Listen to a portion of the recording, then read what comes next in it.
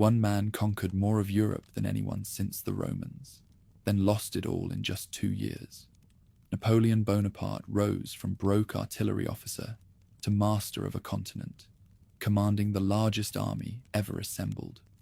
But what nobody tells you is how his greatest victory contained the seeds of his ultimate destruction, and why his defeat actually spread his ideas faster than his conquest ever did. You'll discover the shocking truth behind history's most dramatic rise and fall, including the 3 fatal mistakes that destroyed an empire and the unexpected way his legacy still controls your daily life. The blade falls. Louis XVI is dead. In Vienna, London, Berlin, and St. Petersburg, monarchs touch their own necks as the news travels through diplomatic pouches sealed with trembling wax. The French Republic has killed God's anointed. This cannot stand. Still, from the scaffold's blood emerges something unprecedented in European warfare: the nation in arms. While crowned heads count their guards and sharpen their swords, France transforms itself into a weapon forged from revolutionary fury and administrative genius. The old world of professional armies and cabinet wars dies with the king. What rises from its ashes will devour the continent. Lazare Carnot stands in his austere office at the Committee of Public Safety, maps covering every surface like battle scars across Europe. The organizer of victory works 18-hour days, his pen scratching across requisition orders that will summon forth armies from the very stones of France. Behind wire-rimmed spectacles, his eyes hold the cold fire of a mathematician, calculating the precise force needed to shatter empires. The levée en masse conscripts 750,000 men in a single decree. Not since the barbarian migrations has Europe witnessed such mobilization. Village blacksmiths hammer plowshares into bayonets while their sons march away singing the Marseillaise. In Brittany, peasants who have never seen Paris shoulder muskets for the Republic. From Normandy to Provence, an entire people rises to defend revolution against the crowned vultures gathering beyond their borders. Aristocrat officers flee across frontiers or face the guillotine's embrace, their elegant swordwork no match for revolutionary justice. In their place rise sergeants who can read maps and show courage under fire. Men like Joachim Murat, son of an innkeeper, whose cavalry charges will one day shake European battlefields. The terror reshapes the officer corps with surgical precision. Those who survive are those who win. Blood pools in Toulon's muddy streets as British ships anchor in the harbour, their Union Jacks snapping in the Mediterranean wind. The royalist city has opened its gates to France's enemies, offering them the Republic's greatest naval base. For 3 days, autumn rain turns the siege works into a maze of trenches where desperate men crouch behind earthworks, waiting for someone to break the deadlock. Through this, hell walks a skeletal figure whose uniform hangs loose on his angular frame. Captain Napoleon Bonaparte ignores musket balls whining overhead as he sights his guns personally, his mathematician's mind calculating angles while his hands adjust elevation screws slick with rainwater and blood. He sleeps beside his cannons, shares his soldiers' soggy bread, and speaks to them in the patois of common men, rather than the polished phrases of the military academy. The breakthrough comes at dawn on December the 17th, 1793. Bonaparte's batteries have been repositioned during the night, a feat his enemies thought impossible in the face of British naval guns. The first salvo catches the enemy ships at anchor, iron balls skipping across the harbour, like stones thrown by an angry giant. Within hours, the British fleet cuts its cables and flees, leaving Toulon's defenders to face Republican justice alone. Victory transforms the unknown Corsican into the Republic's youngest general at 24. In the cafes of Paris, Men speak of the little corporal who seized Toulon through audacity and mathematical precision. His name appears in dispatches that reach the Directory, though few can pronounce it correctly. Bonaparte, a foreign sound for a foreign man in a nation discovering its own terrible power. But the terror devours its own children with mechanized efficiency. Maximilien Robespierre, the incorruptible, watches his enemies mount the scaffold until that July morning when the crowd turns and he finds himself facing the same blade. The revolutionary machinery that consumed kings and aristocrats claims its architect, and France staggers drunkenly toward whatever comes next. In the chaos following Robespierre's fall, royalist conspirators emerge like rats from the sewers. They remember Louis XVII, the boy who died in Temple prison, and dream of restoration under his uncle, the self-styled Louis XVIII. Their agent, the Count of Brottier, weaves plots while émigré armies mass beyond the Rhine, waiting for the signal to reclaim their stolen inheritance. October 5th, 1795. The royalist sections of Paris rise in coordinated rebellion, their leaders convinced the Republic is finally collapsing under its own contradictions. Armed bands converge on the Tuileries Palace, while church bells ring across the capital, not for celebration, but as signals for insurrection. The Directory's defenders seem outnumbered, outgunned, and demoralized by months of political chaos. General Bonaparte stands in the courtyard of the military academy, watching his gunners maneuver their pieces through narrow streets with practiced efficiency. 40 cannons trained on the church of Saint-Roch, where royalist rebels have taken position. The crowd surges forward, their voices raised in songs of the old monarchy, their banners displaying the fleur-de-lis that has not flown over Paris for 3 years. "Citizens," the general calls to his artillerymen, his voice carrying clearly in the morning air. "You have 5 minutes to clear the square." The guns speak with unified voice, a whiff of grape shot that scatters the rebellion like leaves before a hurricane. Bodies litter the church steps while survivors flee through side streets, their dreams of restoration bleeding into the cobblestones.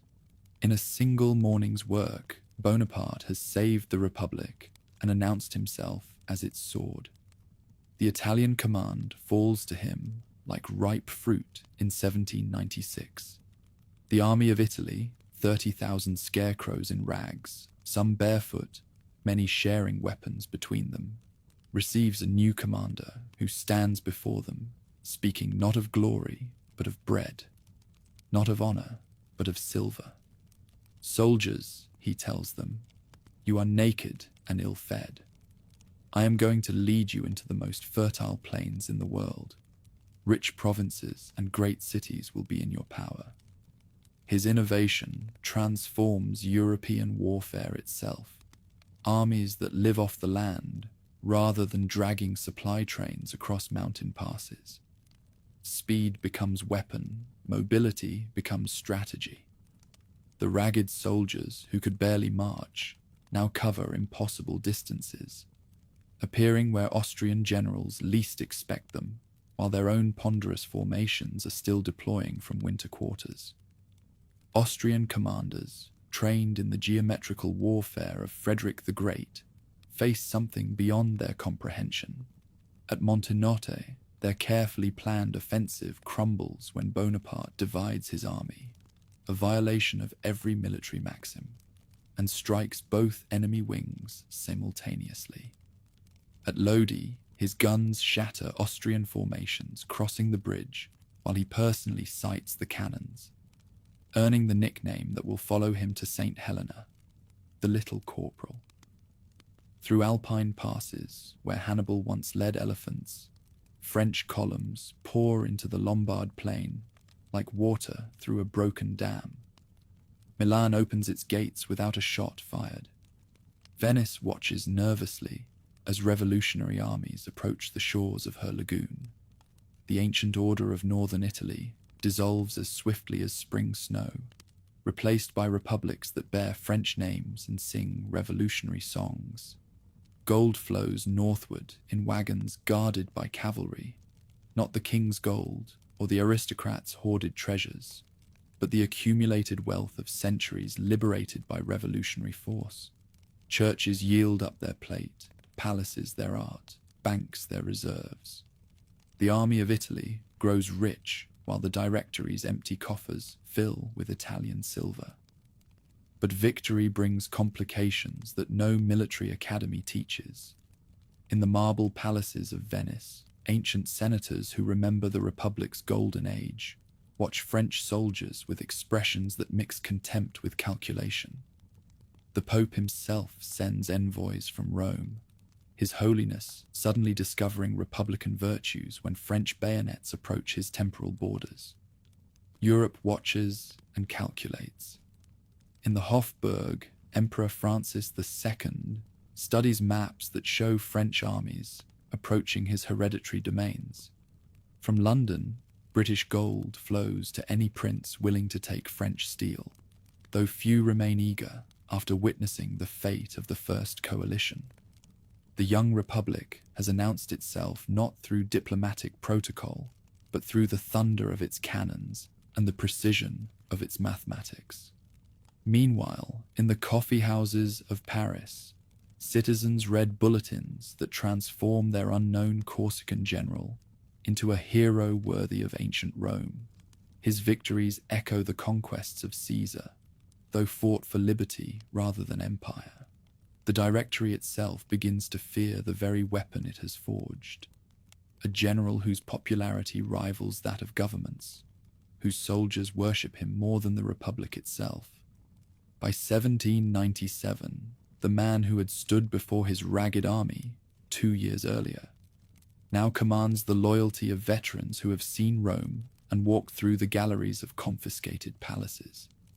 They call him Le Petit Caporal, but their voices carry the devotion once reserved for kings. In their knapsacks they carry not just Italian gold, but something more dangerous: the knowledge that under this general's leadership nothing seems impossible. The revolution has created its instrument of expansion. What Europe does not yet understand is that the instrument is developing ambitions that transcend revolutionary ideology. On the battlefields of Italy, Napoleon Bonaparte has discovered not just his military genius, but his political destiny. The artillery officer who saved the Republic is already dreaming of replacing it. 400 ships slipped through Mediterranean fog on a May morning in 1798, their sails ghostly white against the pewter sky. The Armada carries 38,000 men toward a destination so secret that even the generals sealed in their cabins can only guess at their fate. Aboard the flagship L'Orient, Napoleon Bonaparte studies charts by candlelight, while his secretary transcribes orders to commanders who will not read them until the die is cast. The fleet's human cargo defies every convention of military expedition.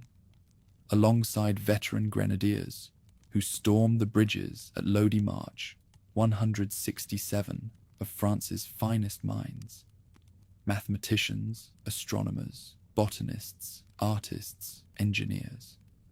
In the hold of La Couronne, Claude Berthollet's chemical apparatus rattles against Gaspard Monge's surveying instruments, while Dominique Vivant-Denon sketches the profiles of common soldiers who will soon walk among Pharaoh's tombs. Admiral Nelson's hunting squadrons prowl these waters like sharks sensing blood, their weathered hulls cutting through swells as British lookouts scan every horizon for the French fleet that has vanished from Toulon. The one-eyed sailor commands 14 ships of the line, and an obsession that borders on madness.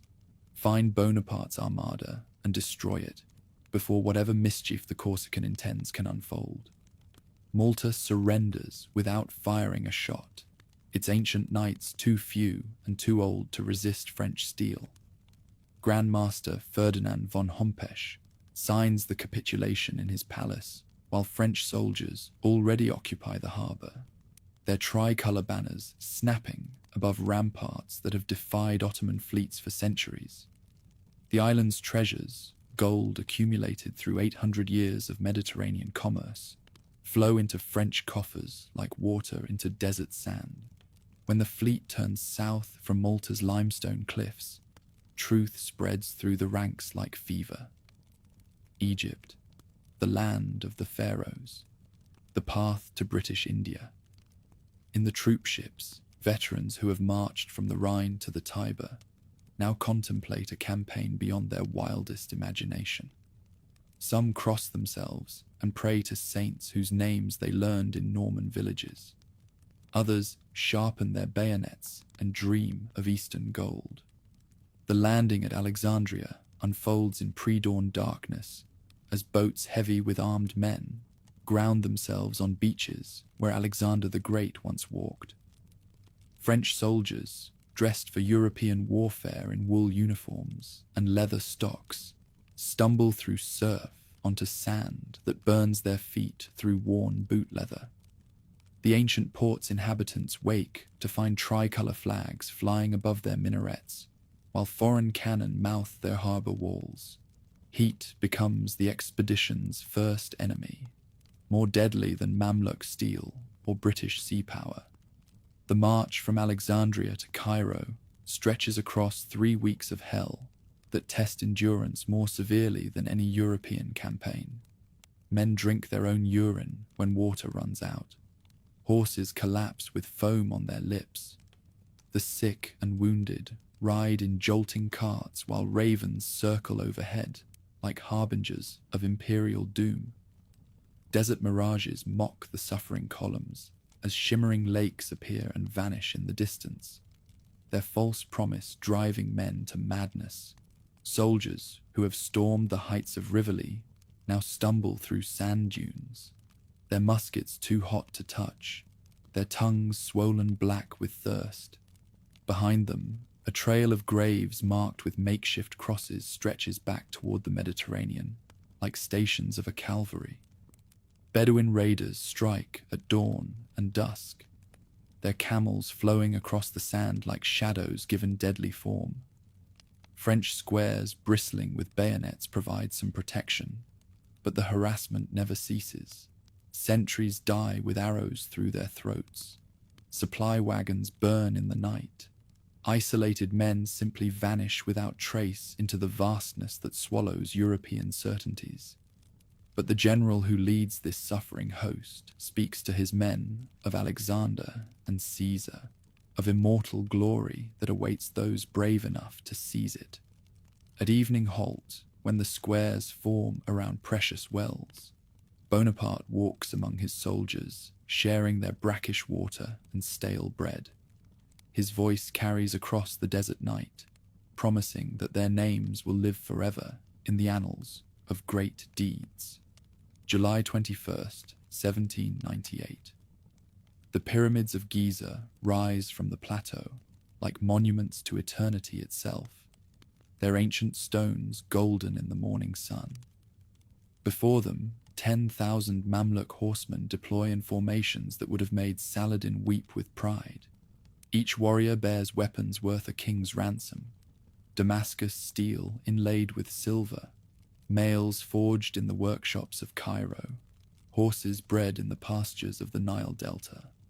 Murad Bey commands these magnificent fighters, his own armor blazing with gems that catch the sunlight like captured stars. For 40 years, the Mamluk lords have ruled Egypt as warrior princes, their cavalry charges breaking every enemy who dared challenge their supremacy. They have never faced European infantry formed in mathematical precision, never tested their medieval splendor against revolutionary geometry. French soldiers form squares as solid as the monuments behind them, their bayonets creating walls of steel that no cavalry can breach. Inside these human fortresses, veterans who learned their trade in the muddy fields of Belgium and the rocky passes of Italy prepare to face death. in formations their drill sergeants hammered into their bones. The eternal confrontation between discipline and courage, system and heroism, unfolds beneath the pharaoh's gaze. The charge comes with earth-shaking thunder as 10,000 hooves drum against sand and stone. Silk banners stream in the desert wind, while Mamluk war cries echo off the ancient pyramids. Individual warriors worth more in gold than entire French companies hurl themselves against formations that bend but never break, their courage magnificent and ultimately futile against the mathematics of modern war. Carnage litters the plateau as medieval splendor dies beneath volleys delivered with mechanical precision. Mamluk horses scream and fall while their riders tumble into sand already dark with blood. In 1 hour, the warrior princes who have ruled the Nile for centuries lose 2,000 dead. The Republican forces count 30 casualties. Cairo's gates open without another shot fired. August 1st. Admiral Nelson finally discovers the French fleet anchored in Aboukir Bay, their hulls dark silhouettes against the Egyptian coast. Admiral Brueys has positioned his ships in a line, confident that the shoal water between his anchorage and the shore makes attack from that direction impossible. 13 ships of the line swing at anchor, while their crews prepare for battle that most believe will never come. The British attack unfolds with tactical brilliance that will be studied for centuries. Captain Thomas Foley leads Goliath between the enemy line and the shore, accomplishing what Brueys thought impossible by threading his ship through waters barely deep enough to float her keel. Ship after ship follows this desperate course until half the British fleet has passed inside the Republican position. Caught between two fires, Bonaparte's ships die one by one as British broadsides tear through hulls and rigging with methodical fury.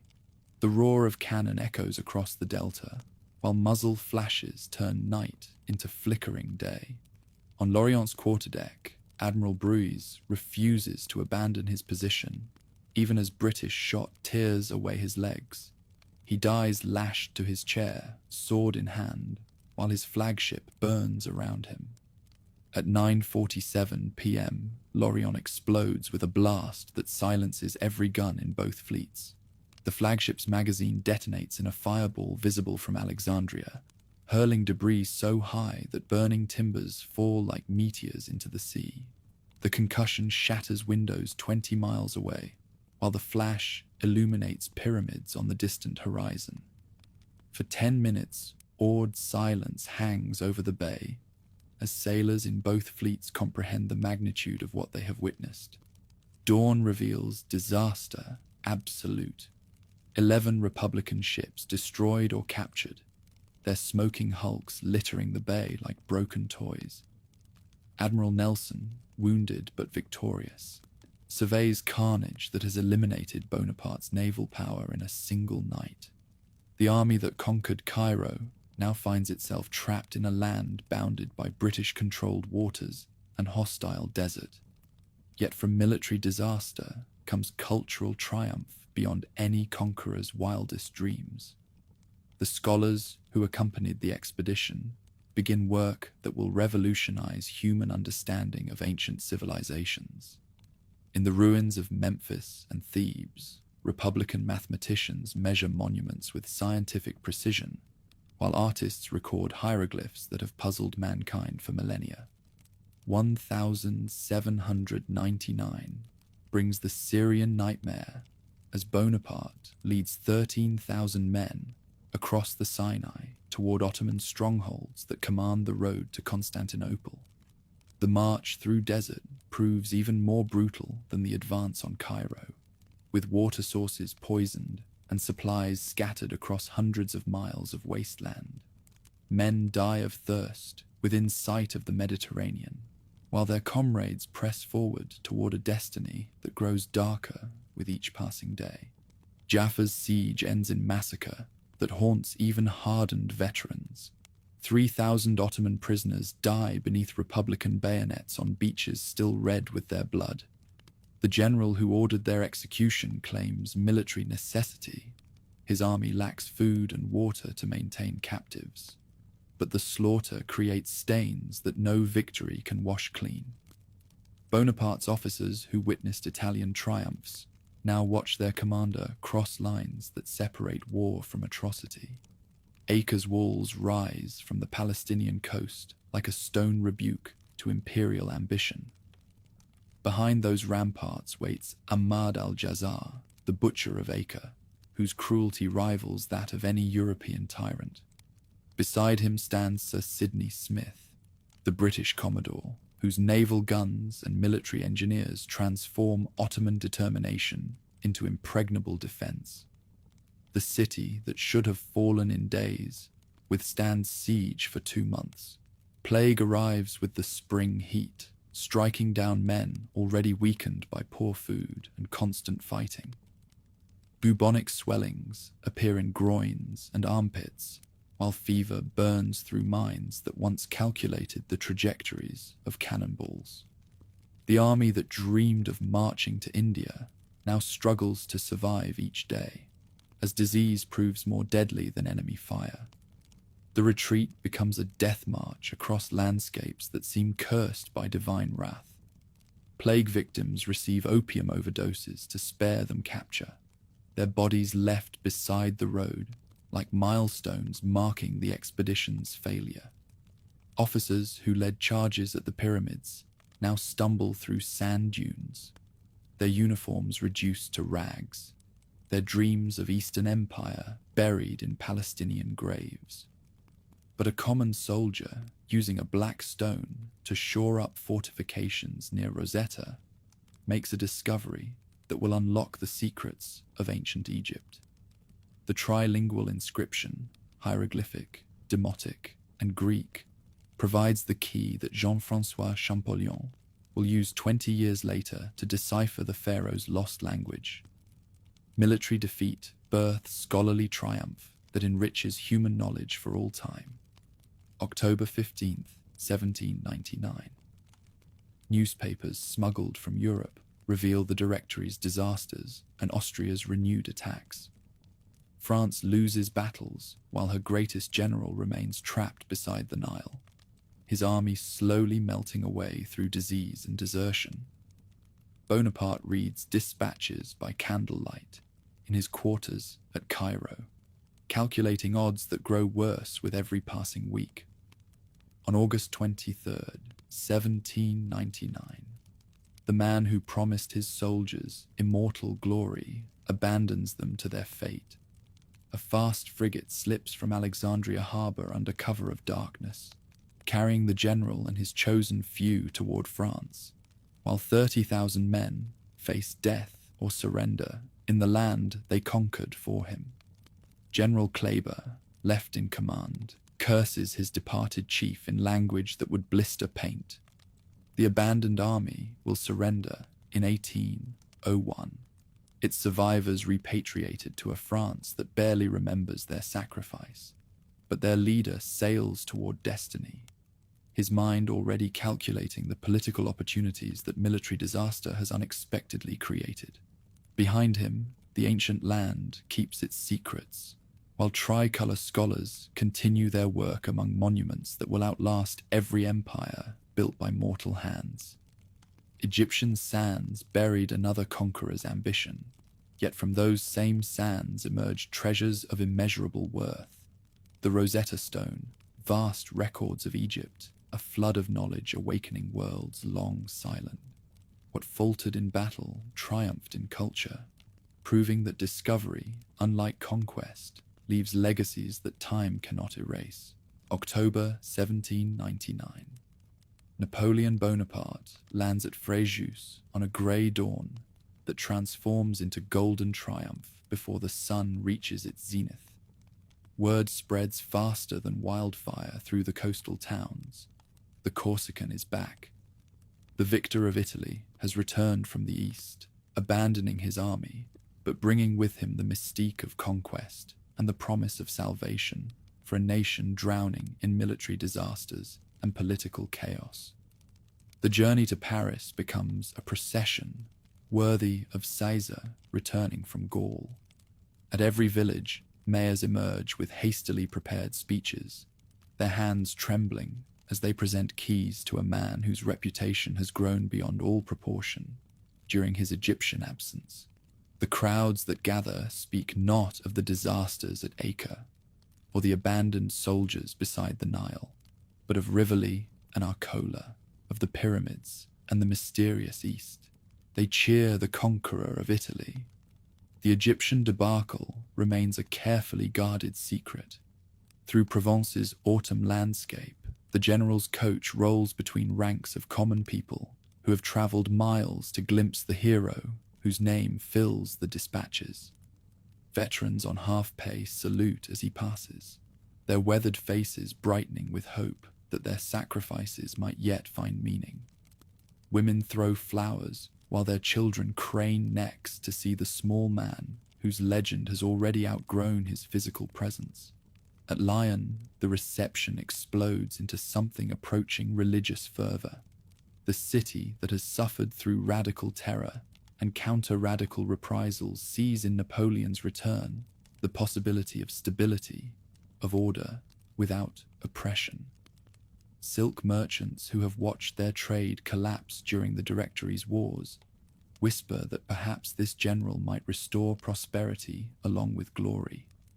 Meanwhile, in Paris, the Directory watches the commander's approach with emotions that mix relief and terror in equal measure.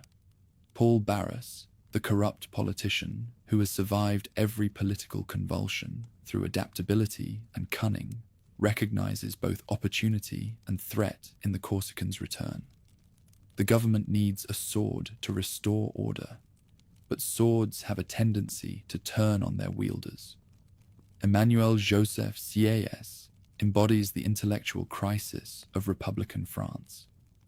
The abbé who wrote What is the Third Estate and helped design the revolutionary constitution now searches desperately for a formula that might preserve republican ideals while providing the strong leadership that the nation obviously requires. His famous phrase, "I am looking for a sword," will soon find its answer in the ambitious general approaching the capital.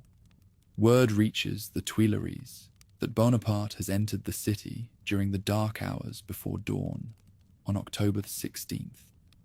By morning, his modest house on the Rue de la Victoire becomes the center of Parisian politics as visitors stream through doors that can barely contain the flood of office seekers, conspirators, and genuine patriots. The general receives them all with studied simplicity, wearing civilian dress that cannot quite disguise his military bearing. Josephine weeps in her husband's arms, though observers note that her tears seem more calculated than spontaneous. The Creole beauty has survived her husband's absence by accumulating debts, lovers, and political connections with equal enthusiasm.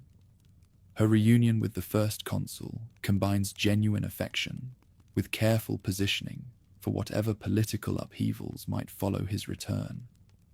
The conspiracy that will destroy the Directory takes shape in drawing rooms where radical veterans meet with royalist sympathizers, united only in their disgust for a government that has brought the Republic nothing but defeat and corruption. Talleyrand, the bishop turned radical turned opportunist, weaves between factions with the skill of a spider, sensing vibrations throughout his web. His survival instincts, honed through every political crisis, tell him that change approaches on swift feet. November 9th, 1799. 18 Brumaire in the new calendar. The coup unfolds with theatrical precision that would shame professional actors. Lucien Bonaparte, the general's younger brother and president of the Council of 500, calls an emergency session at Saint-Cloud, ostensibly to protect the legislature from a non-existent Jacobin conspiracy. The fiction provides legal cover for what everyone understands to be political change. At Saint-Cloud, the plan nearly collapses into farce. Napoleon enters the Council of 500 expecting acclamation, but faces instead a mob of deputies shouting, "Outlaw!" and "Down with the tyrant." Hands reach for him, voices demand his arrest. The man who has faced Austrian cannons and Mamluk sabers staggers backward before the fury of elected representatives defending their constitutional prerogatives.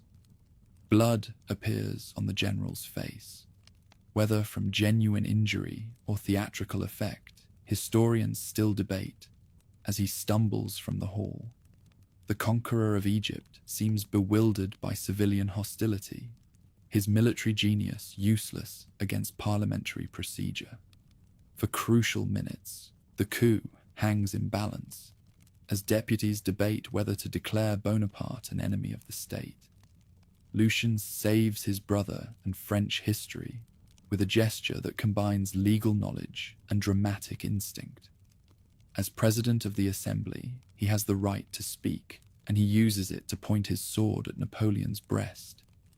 "Citizens," he declares, in a voice that carries to every corner of the hall, "I swear that I will stab my own brother to the heart if he ever attempts anything against the liberty of Frenchmen." The performance succeeds brilliantly. Deputies who might have arrested the Corsican as a would-be dictator now see him as a patriot protected by his own brother's vigilance. When Lucien calls for the grenadiers to clear the hall of daggers and foreign pay, military discipline overrides civilian authority. Red plumes bob through doorways as soldiers march in while deputies scatter like leaves before autumn wind. Some leap through windows in their haste to escape, their dignity abandoned along with their legislative prerogatives. Others attempt to maintain constitutional forms, even as bayonets glitter around them. By evening, the Directory exists only on paper, while real power has passed to men who understand that the country requires surgery, not rhetoric. 3 consuls emerge to rule the nation, their names carefully chosen to echo Roman precedent while disguising the reality of personal authority. Napoleon becomes first consul, flanked by 2 colleagues whose obscurity emphasizes his own prominence. Roger Ducos and Emmanuel Joseph Sieyès provide republican legitimacy, while everyone understands where decisions will originate. The new government moves immediately to the Tuileries Palace, where Louis XVI once lived and died. The first consul's study occupies rooms that have witnessed the monarchy's collapse, republican triumph, and now the birth of something unprecedented in European politics. A republic ruled by military genius. Maps cover walls that once displayed portraits of Bourbon ancestors, while dispatch riders carry orders that will reshape continental politics. 18-hour workdays become the commander's standard as he attacks the country's accumulated problems with the same systematic approach he once applied to Italian battlefields. 6 secretaries struggle to keep pace with his dictation, while messengers carry his decisions to prefects, generals, and diplomats across the continent. The energy that conquered northern Italy now turns to reconstructing the government. The prefect system replaces democratic chaos with administrative efficiency that would impress Roman emperors. The republic divides into departments, each governed by a centrally appointed administrator responsible directly to Paris. Local autonomy dies, replaced by uniform administration that extends central authority into every village and marketplace. The revolution's democratic experiments yield to professional competence.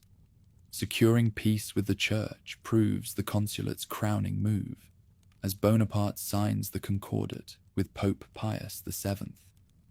Catholicism is restored as the faith of the majority, while the state keeps control over clerical appointments. Doors of churches swing open again, priests step out from exile, and millions of believers worship freely without renouncing republican ideals. The bargain satisfies all parties through careful ambiguity. The The church recovers its buildings and legal status, while the state retains authority over episcopal appointments and clerical salaries. Catholics can practice their faith without appearing counter-republican, while Republicans can support a settlement that preserves state supremacy over religious authority. From Bonaparte's drive for order comes the Code Napoleon, a legal framework whose influence spreads far beyond France. Roman law principles merge with popular innovations to create standards that emphasize property rights, patriarchal authority, and civil equality. A man can divorce his wife for adultery, but she cannot divorce him for the same offense. All male children inherit equally, destroying aristocratic primogeniture while maintaining paternal control. The code's influence spreads far beyond national borders, as conquered territories adopt its provisions and independent nations study its principles. Legal uniformity replaces centuries of local custom, creating frameworks that facilitate both commerce and administration. The Republic's promise of equality before law finds concrete expression in systematic jurisprudence. With politics steadied, economic rebuilding takes center stage, as the consulate confronts crises lingering from years of turmoil. The Bank of the Republic establishes a stable currency and dependable credit, silver francs replacing the discredited assignats. For the first time since 1789, the state balances its budget, while efficient tax collection secures revenue for both recovery and war. The consulate's reorganization of schooling gives rise to the lycées, institutions designed to prepare the officials who will run the empire. Students absorb Latin and mathematics, but also discipline and loyalty, their training aimed at efficiency more than independence. In principle, the system rewards merit, though always within the framework of state service. Public works provide jobs for veterans and the jobless, while laying firmer economic foundations. Roads are rebuilt to speed both trade and armies, engineered with standards recalling Rome. Bridges knit together provinces once divided by rivers, and canals open inland towns to the sea. Material renewal advances in step with political change. With Fouché in command, policing becomes an art of surveillance, a system that penetrates every street, salon, and workshop. A man who shifted from priest to terrorist now offers the consulate his unmatched efficiency in rooting out opposition. Through his agents, the first consul receives an unending flow of intelligence on both public mood and secret plotting. While civilian reforms transform society, military preparations proceed in secret as Napoleon recognizes that war will determine his political survival. The army reserve assembles quietly in Dijon, its veterans drawn from other units without attracting foreign attention. When Austria inevitably breaks the fragile peace of Campo Formio, the Republic will be ready with forces that combine Italian experience with popular fervor. Acceptance abroad proves hesitant as European courts wrestle with a regime that blends Republican claims with unmistakably personal rule. Diplomats remark that the first consul wields powers exceeding those of many kings, yet cloaks them in Republican language that appeals to the French people. Such a mixture unsettles traditionalists, who prefer sharper lines between lawful monarchy and illegitimate usurpation. By spring 1800, the transformation appears complete. The Directory's chaos has yielded to systematic administration, religious persecution to negotiated settlement, military defeat to careful preparation for renewed conflict. The nation has discovered in Bonaparte the sword that Sieyès sought, though the blade shows signs of developing its own ambitions beyond mere service to Republican ideology. The consulate's success creates its own problems, as the first consul's popularity makes him indispensable to a system supposedly based on collective leadership. His colleagues fade into insignificance, while his own authority grows with each administrative triumph and military victory. The Republic may have found its savior, but saviors have a tendency to become masters of those they rescue. On May 1800, Napoleon leads his army through the Great St. Bernard Pass in a feat that defies both geography and military science. Artillery pieces travel in hollowed tree trunks, dragged by soldiers whose boots slip on ice that has claimed the lives of countless travelers. The Alps rise around them like the vertebrae of sleeping giants, their peaks shrouded in clouds that seem to brush the very throne of God. Austrian commanders expect the French to advance along the coastal road through Nice, where conventional armies have marched for centuries. Instead, Bonaparte appears behind them like a thunderclap from clear skies, his troops emerging from mountain passes that Habsburg generals believed impassable for anything larger than a mule train. The strategic surprise transforms what should have been a grinding siege into a campaign of rapid movement and decisive battle. At Marengo, on June 14th, fortune nearly abandons the first consul as Austrian General Melas deploys 31,000 men against 28,000 French soldiers spread across the Lombard plain. By 3 in the afternoon, defeat seems certain as Republican units retreat in disorder, while Habsburg cavalry charges shatter formations that have held firm through Italy's previous campaigns. Napoleon's bulletins will later claim he planned everything, but witnesses see a commander grappling with disaster. General Melas withdraws to headquarters for dinner, certain the day is won and leaving subordinates to chase the shattered French. His confidence is shattered when General Louis Desire arrives with 5,000 fresh troops, advancing toward the thunder of guns like salvation out of dust and smoke. This battle is completely lost, Desire remarks, but it is only 2 o'clock.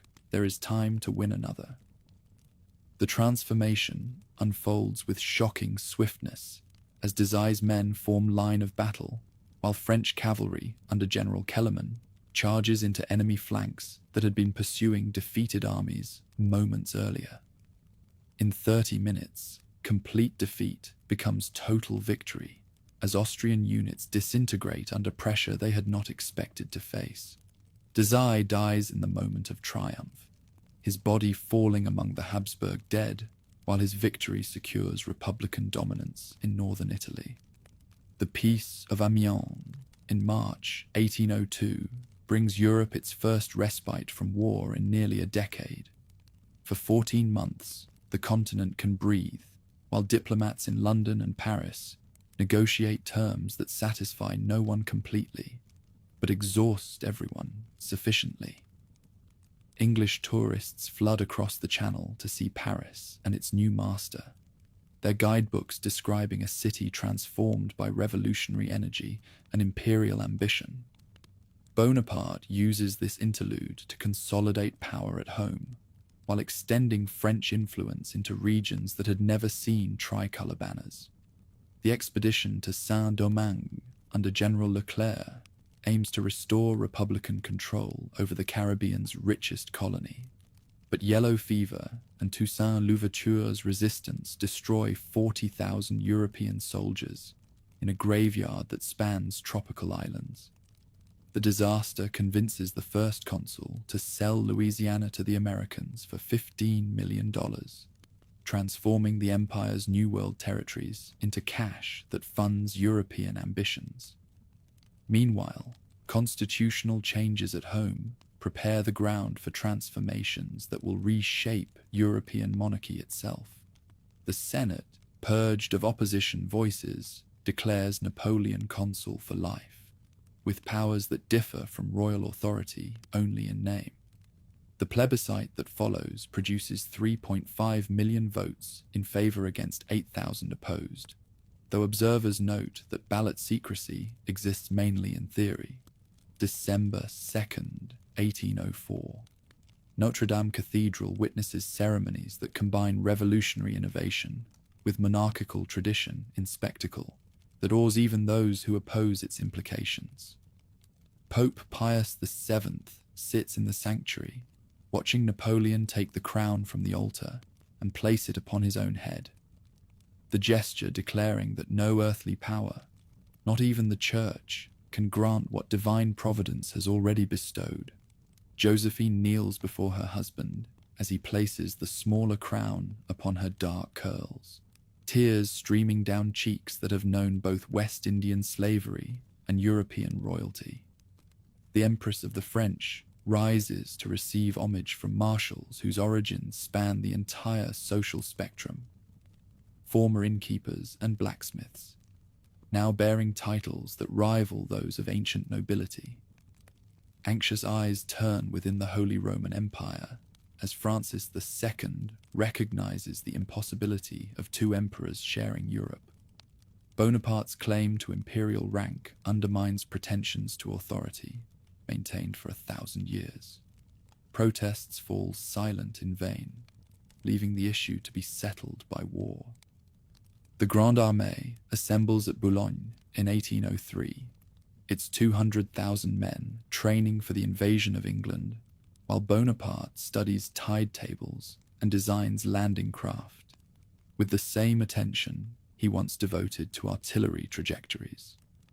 "Let me be master of the Channel for 6 hours," he declares, "and I am master of the world." Across 22 miles of water, British preparations transform every beach into a fortress, while the Royal Navy maintains vigilant patrol.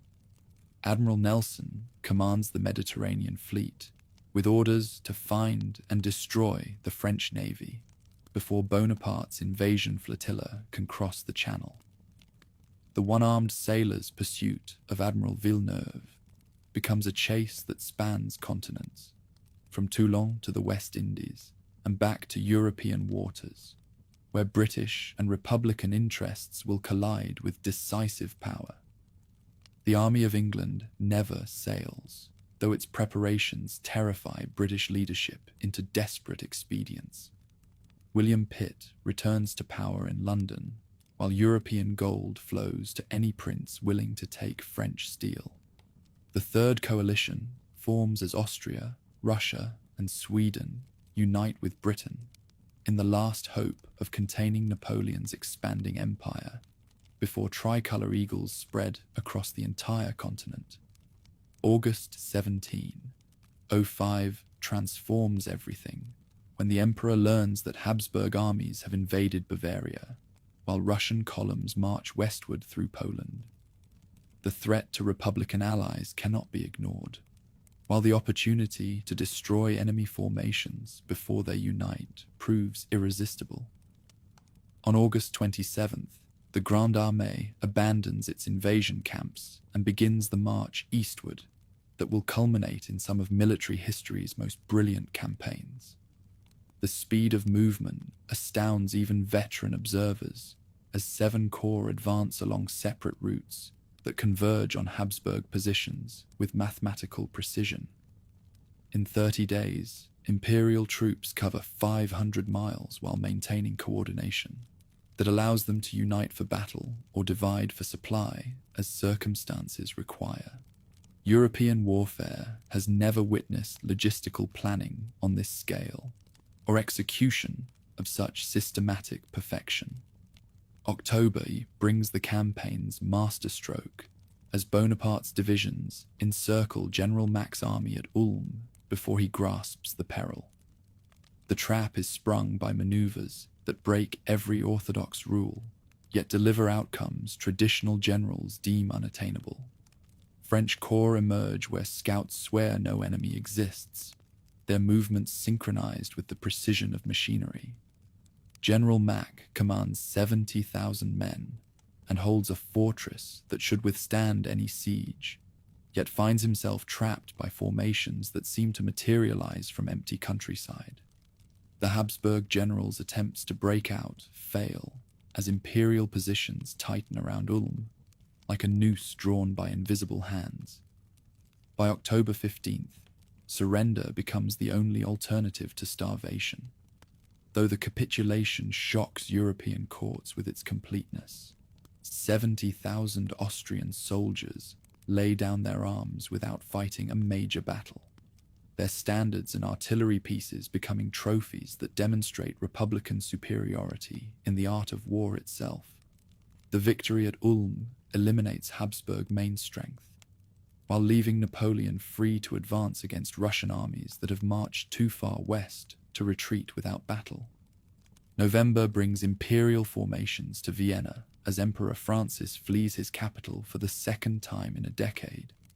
The ancient city opens its gates to avoid bombardment, while its inhabitants watch tricolour banners rise above palaces where Habsburg emperors have ruled since the Middle Ages. Bonaparte establishes his headquarters in Schönbrunn Palace, sleeping in beds where his enemies have planned his destruction. But Tsar Alexander's army remains intact, united now with surviving Austrian units under the nominal command of Emperor Francis II.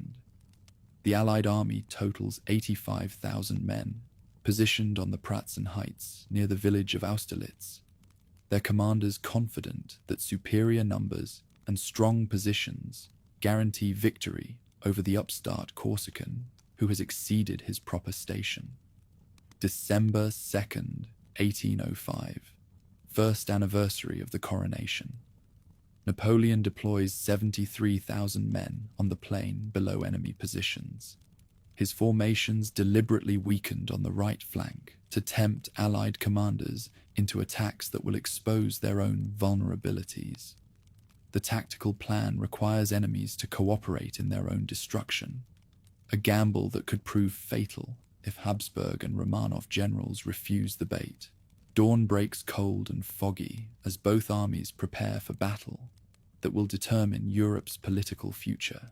Thick mist fills the valleys, while soldiers on both sides peer through grey half-light, trying to distinguish friends from enemies, in conditions that reduce visibility to mere yards. The weather that seems to favour defence will prove crucial to Bonaparte's offensive plans.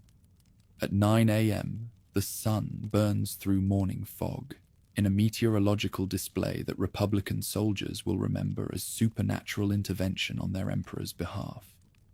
The sun of Austerlitz illuminates the battlefield as Allied columns descend from the Pratzen Heights to attack the weak imperial right, exactly as the commander has hoped and planned.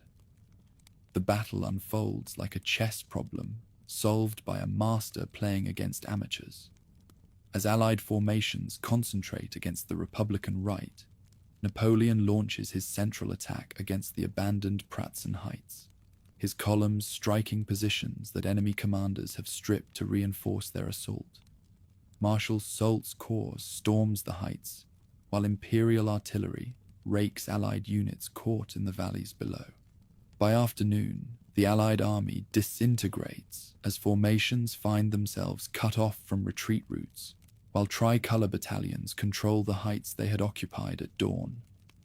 Emperor Francis and Tsar Alexander flee the battlefield as their soldiers surrender or scatter across the frozen ponds that will claim hundreds of lives.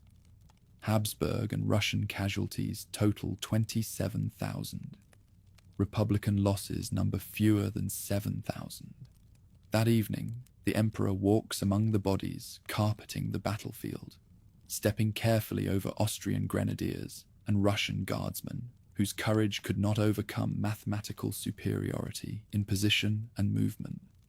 Torches carried by imperial soldiers, seeking wounded comrades, cast dancing shadows across faces that will never again see their native lands. This, Bonaparte tells his staff, has been the finest evening of my life. Triumph at Austerlitz secures Republican dominance across the continent and proves that the Corsican's generalship exceeds even his earlier triumphs. Austria bows to peace.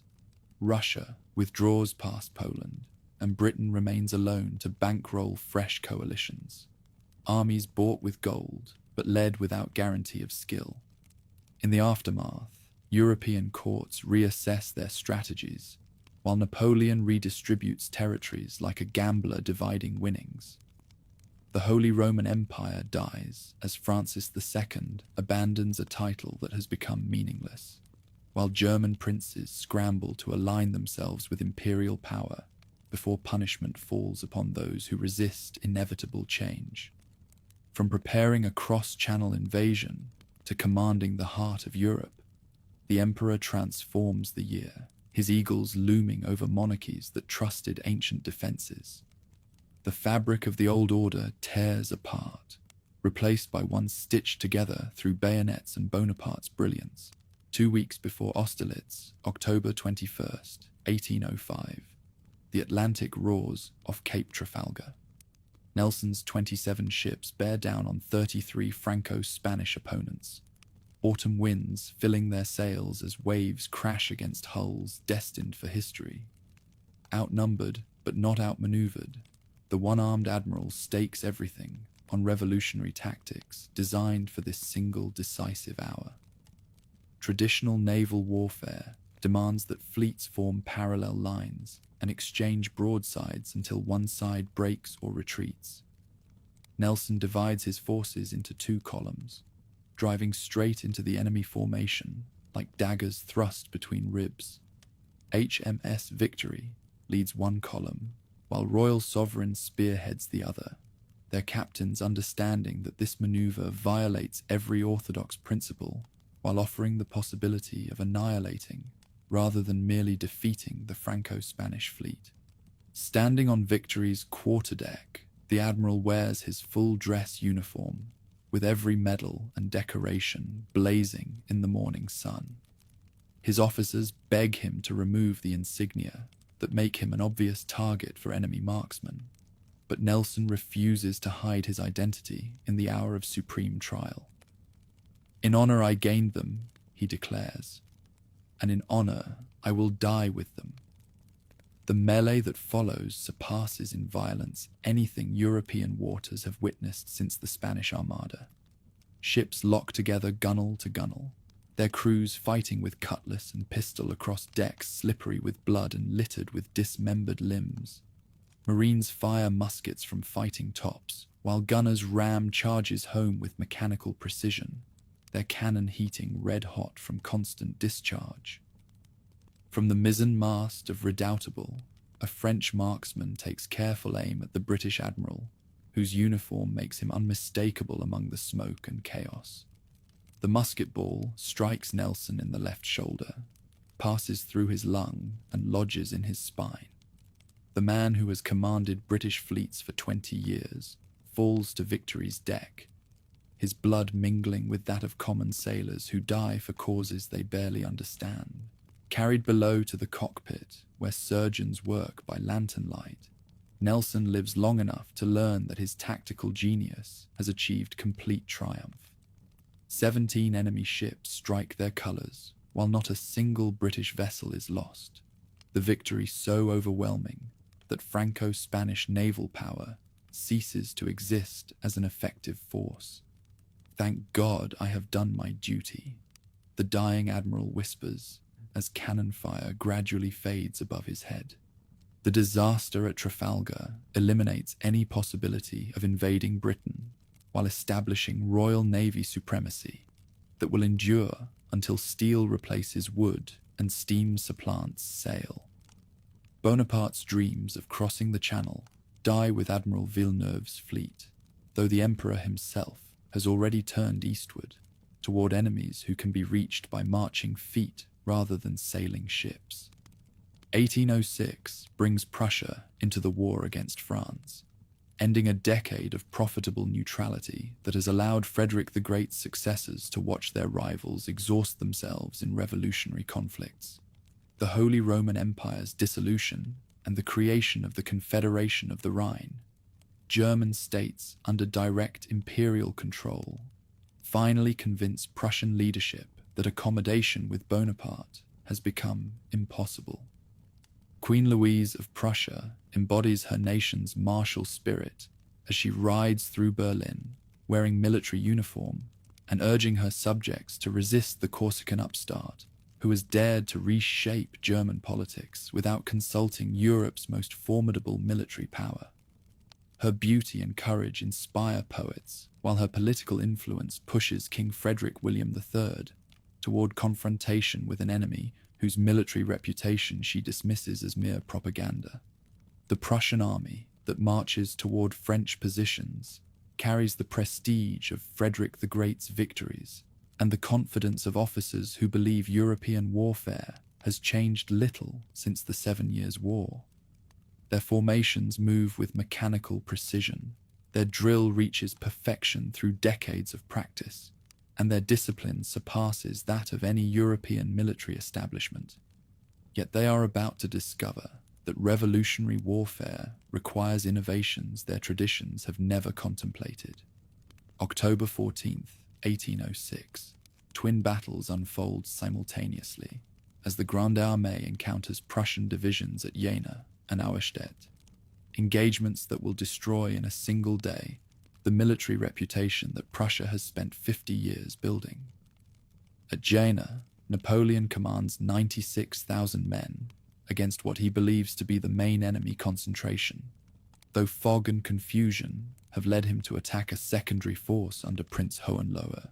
20 miles away at Auerstedt, Marshal Louis-Nicolas Davout leads his single corps of 26,000 veterans against the true Prussian main body, 63,000 men under the Duke of Brunswick himself.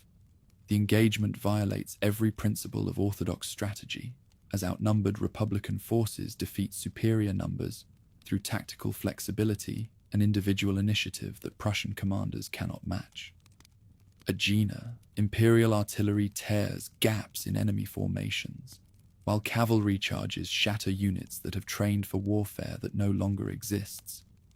Prussian discipline, so effective against Frederick's enemies, proves inadequate against soldiers who combine Republican enthusiasm with professional competence. By afternoon, Prince Hohenlohe's army dissolves into panic-stricken flight as survivors flee toward Weimar and beyond. Davout's triumph at Auerstedt surpasses even his emperor's achievement, as the Iron Marshal's veterans destroy the army of Frederick the Great through superior marksmanship, aggressive maneuvering, and unshakable determination. The Duke of Brunswick dies leading a futile cavalry charge, while King Frederick William flees the field, leaving behind artillery, standards, and the reputation that Prussia will spend 6 years trying to recover. By evening, the military monarchy that once made Europe tremble has ceased to exist as an effective force. Prussian casualties exceed 25,000, while Republican losses total fewer than 7,000. The disparity reflecting not merely tactical superiority, but the transformation of warfare itself. The age of limited conflicts and professional armies dies in German mud, replaced by total war that mobilizes entire populations. Bonaparte enters Berlin on October 27th, riding through Brandenburg Gate, while Prussian civilians watch in stunned silence from windows and doorways. The conqueror of Austerlitz now occupies the palace where Frederick the Great once planned campaigns that made Prussia a European power. His pilgrimage to the royal tomb at Potsdam produces one of history's most memorable observations. "Hats off, gentlemen. If he were alive, we would not be here." Winter 1806-07 transforms the pursuit of Russian armies into an ordeal that tests imperial endurance as severely as any previous campaign. Roads dissolve into mud that swallows wagons and lames horses, while supply lines stretch across hundreds of miles of hostile territory. The Grande Armée, designed for rapid movement and decisive battles, adapts slowly to grinding warfare in landscapes that seem designed to exhaust invading forces. At Eylau, on February 8, 1807, two armies clash in a blizzard that reduces visibility to mere yards while snow fills musket barrels and freezes gunpowder solid. Soldiers fire at shadows in the white chaos, their volleys echoing strangely through air thick with falling flakes. Cavalry charges disappear into frozen oblivion, while artillery crews work their guns by touch rather than sight. The battle produces 25,000 casualties without decisive result, its carnage shocking an emperor accustomed to victories that combine economy of force with strategic gain. Walking among bodies that lie frozen in grotesque positions, Napoleon observes to his staff, "This spectacle is calculated to inspire princes with love of peace and hatred of war." The comment reveals growing awareness that unlimited ambition may exact costs beyond calculation. Spring brings better weather, and the decisive encounter at Friedland on June 14th, 1807. Russian General Bennigsen positions his army with the Alais River at his back, committing the elementary error of restricting his own retreat, while offering his opponent the possibility of complete annihilation. Bonaparte recognizes the opportunity immediately, deploying his forces to exploit enemy vulnerability with mathematical precision. Imperial artillery concentrates on the bridges that provide the only escape routes, while infantry assaults pin Russian forces in positions where they can neither advance nor retreat effectively. The slaughter continues for hours as enemy soldiers attempt to cross narrow spans under direct fire, their bodies falling into water that runs red with blood. Russian casualties exceed 20,000, while French losses remain minimal. The victory so complete that Tsar Alexander must seek immediate peace. July 7th, 1807.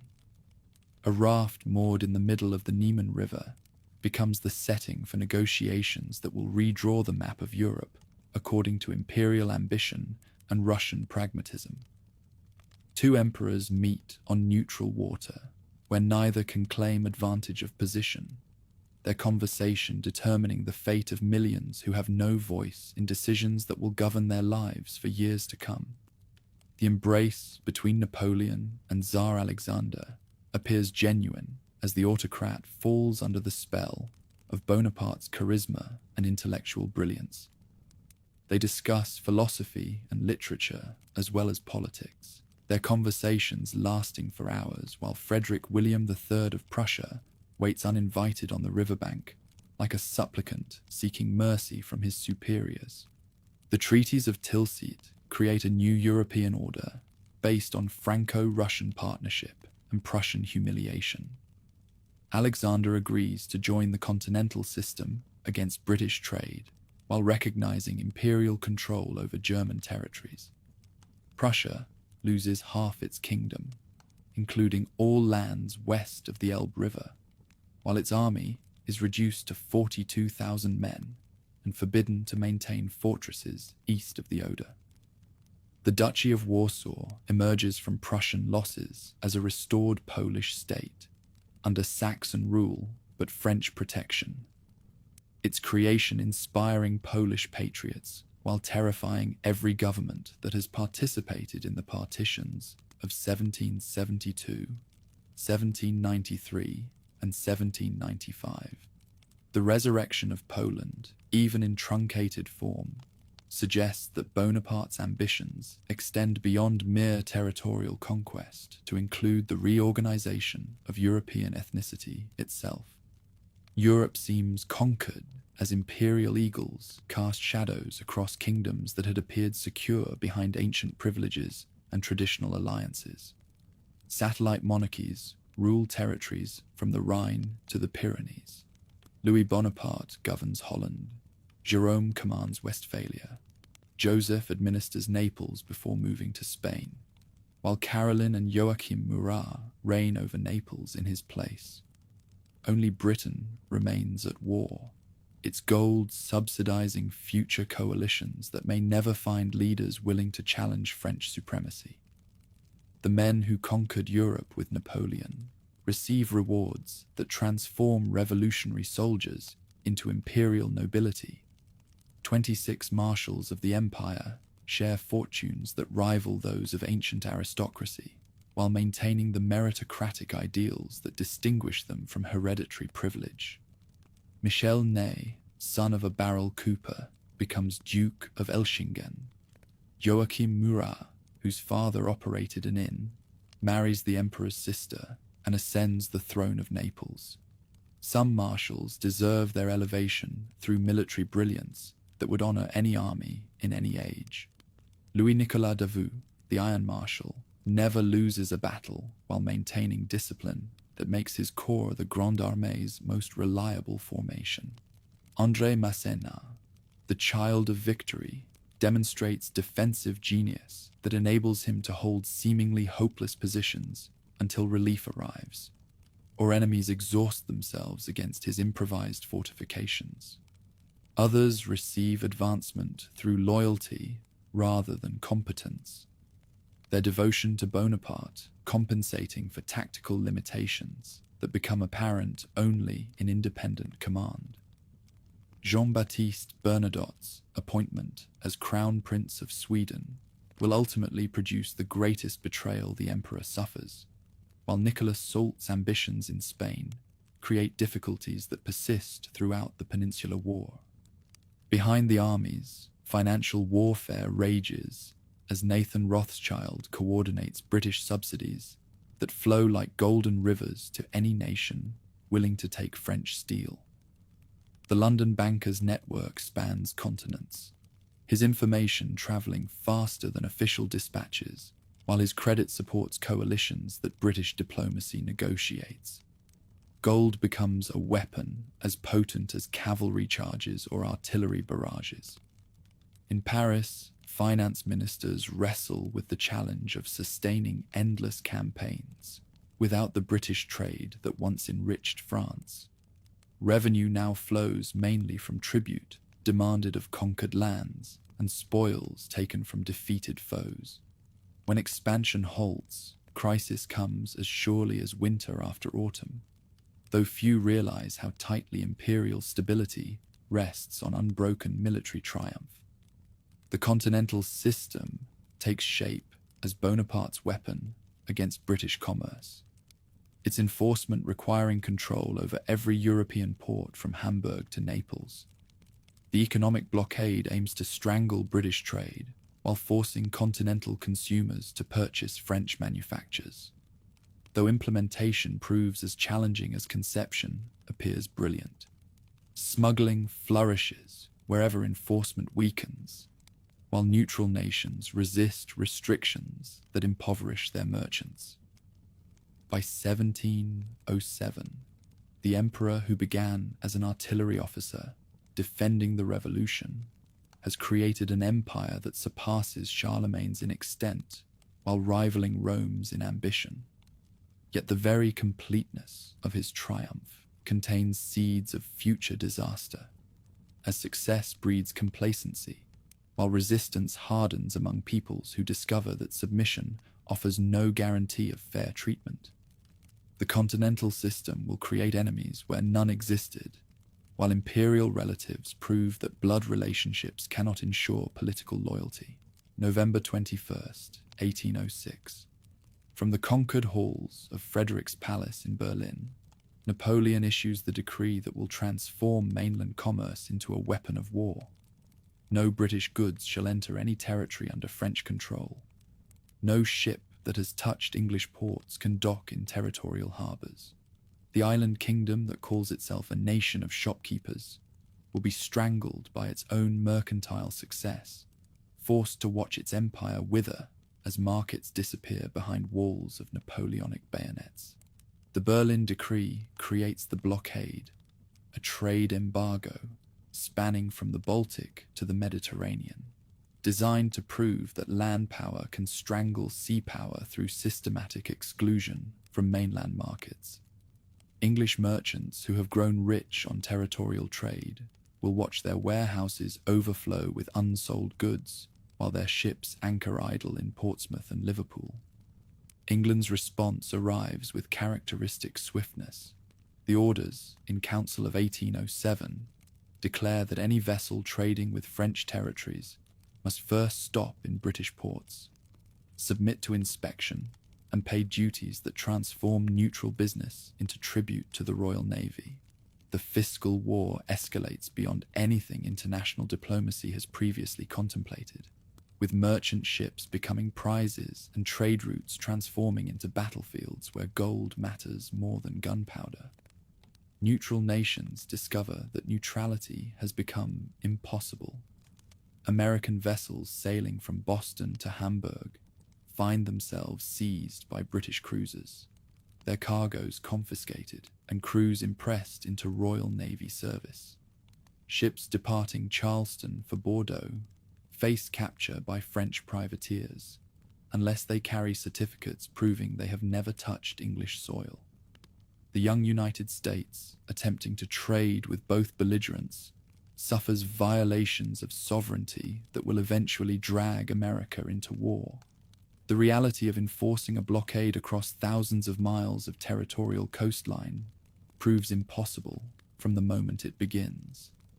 Republican customs officials patrol beaches from Hamburg to Naples, yet every fishing village becomes a potential smuggling port.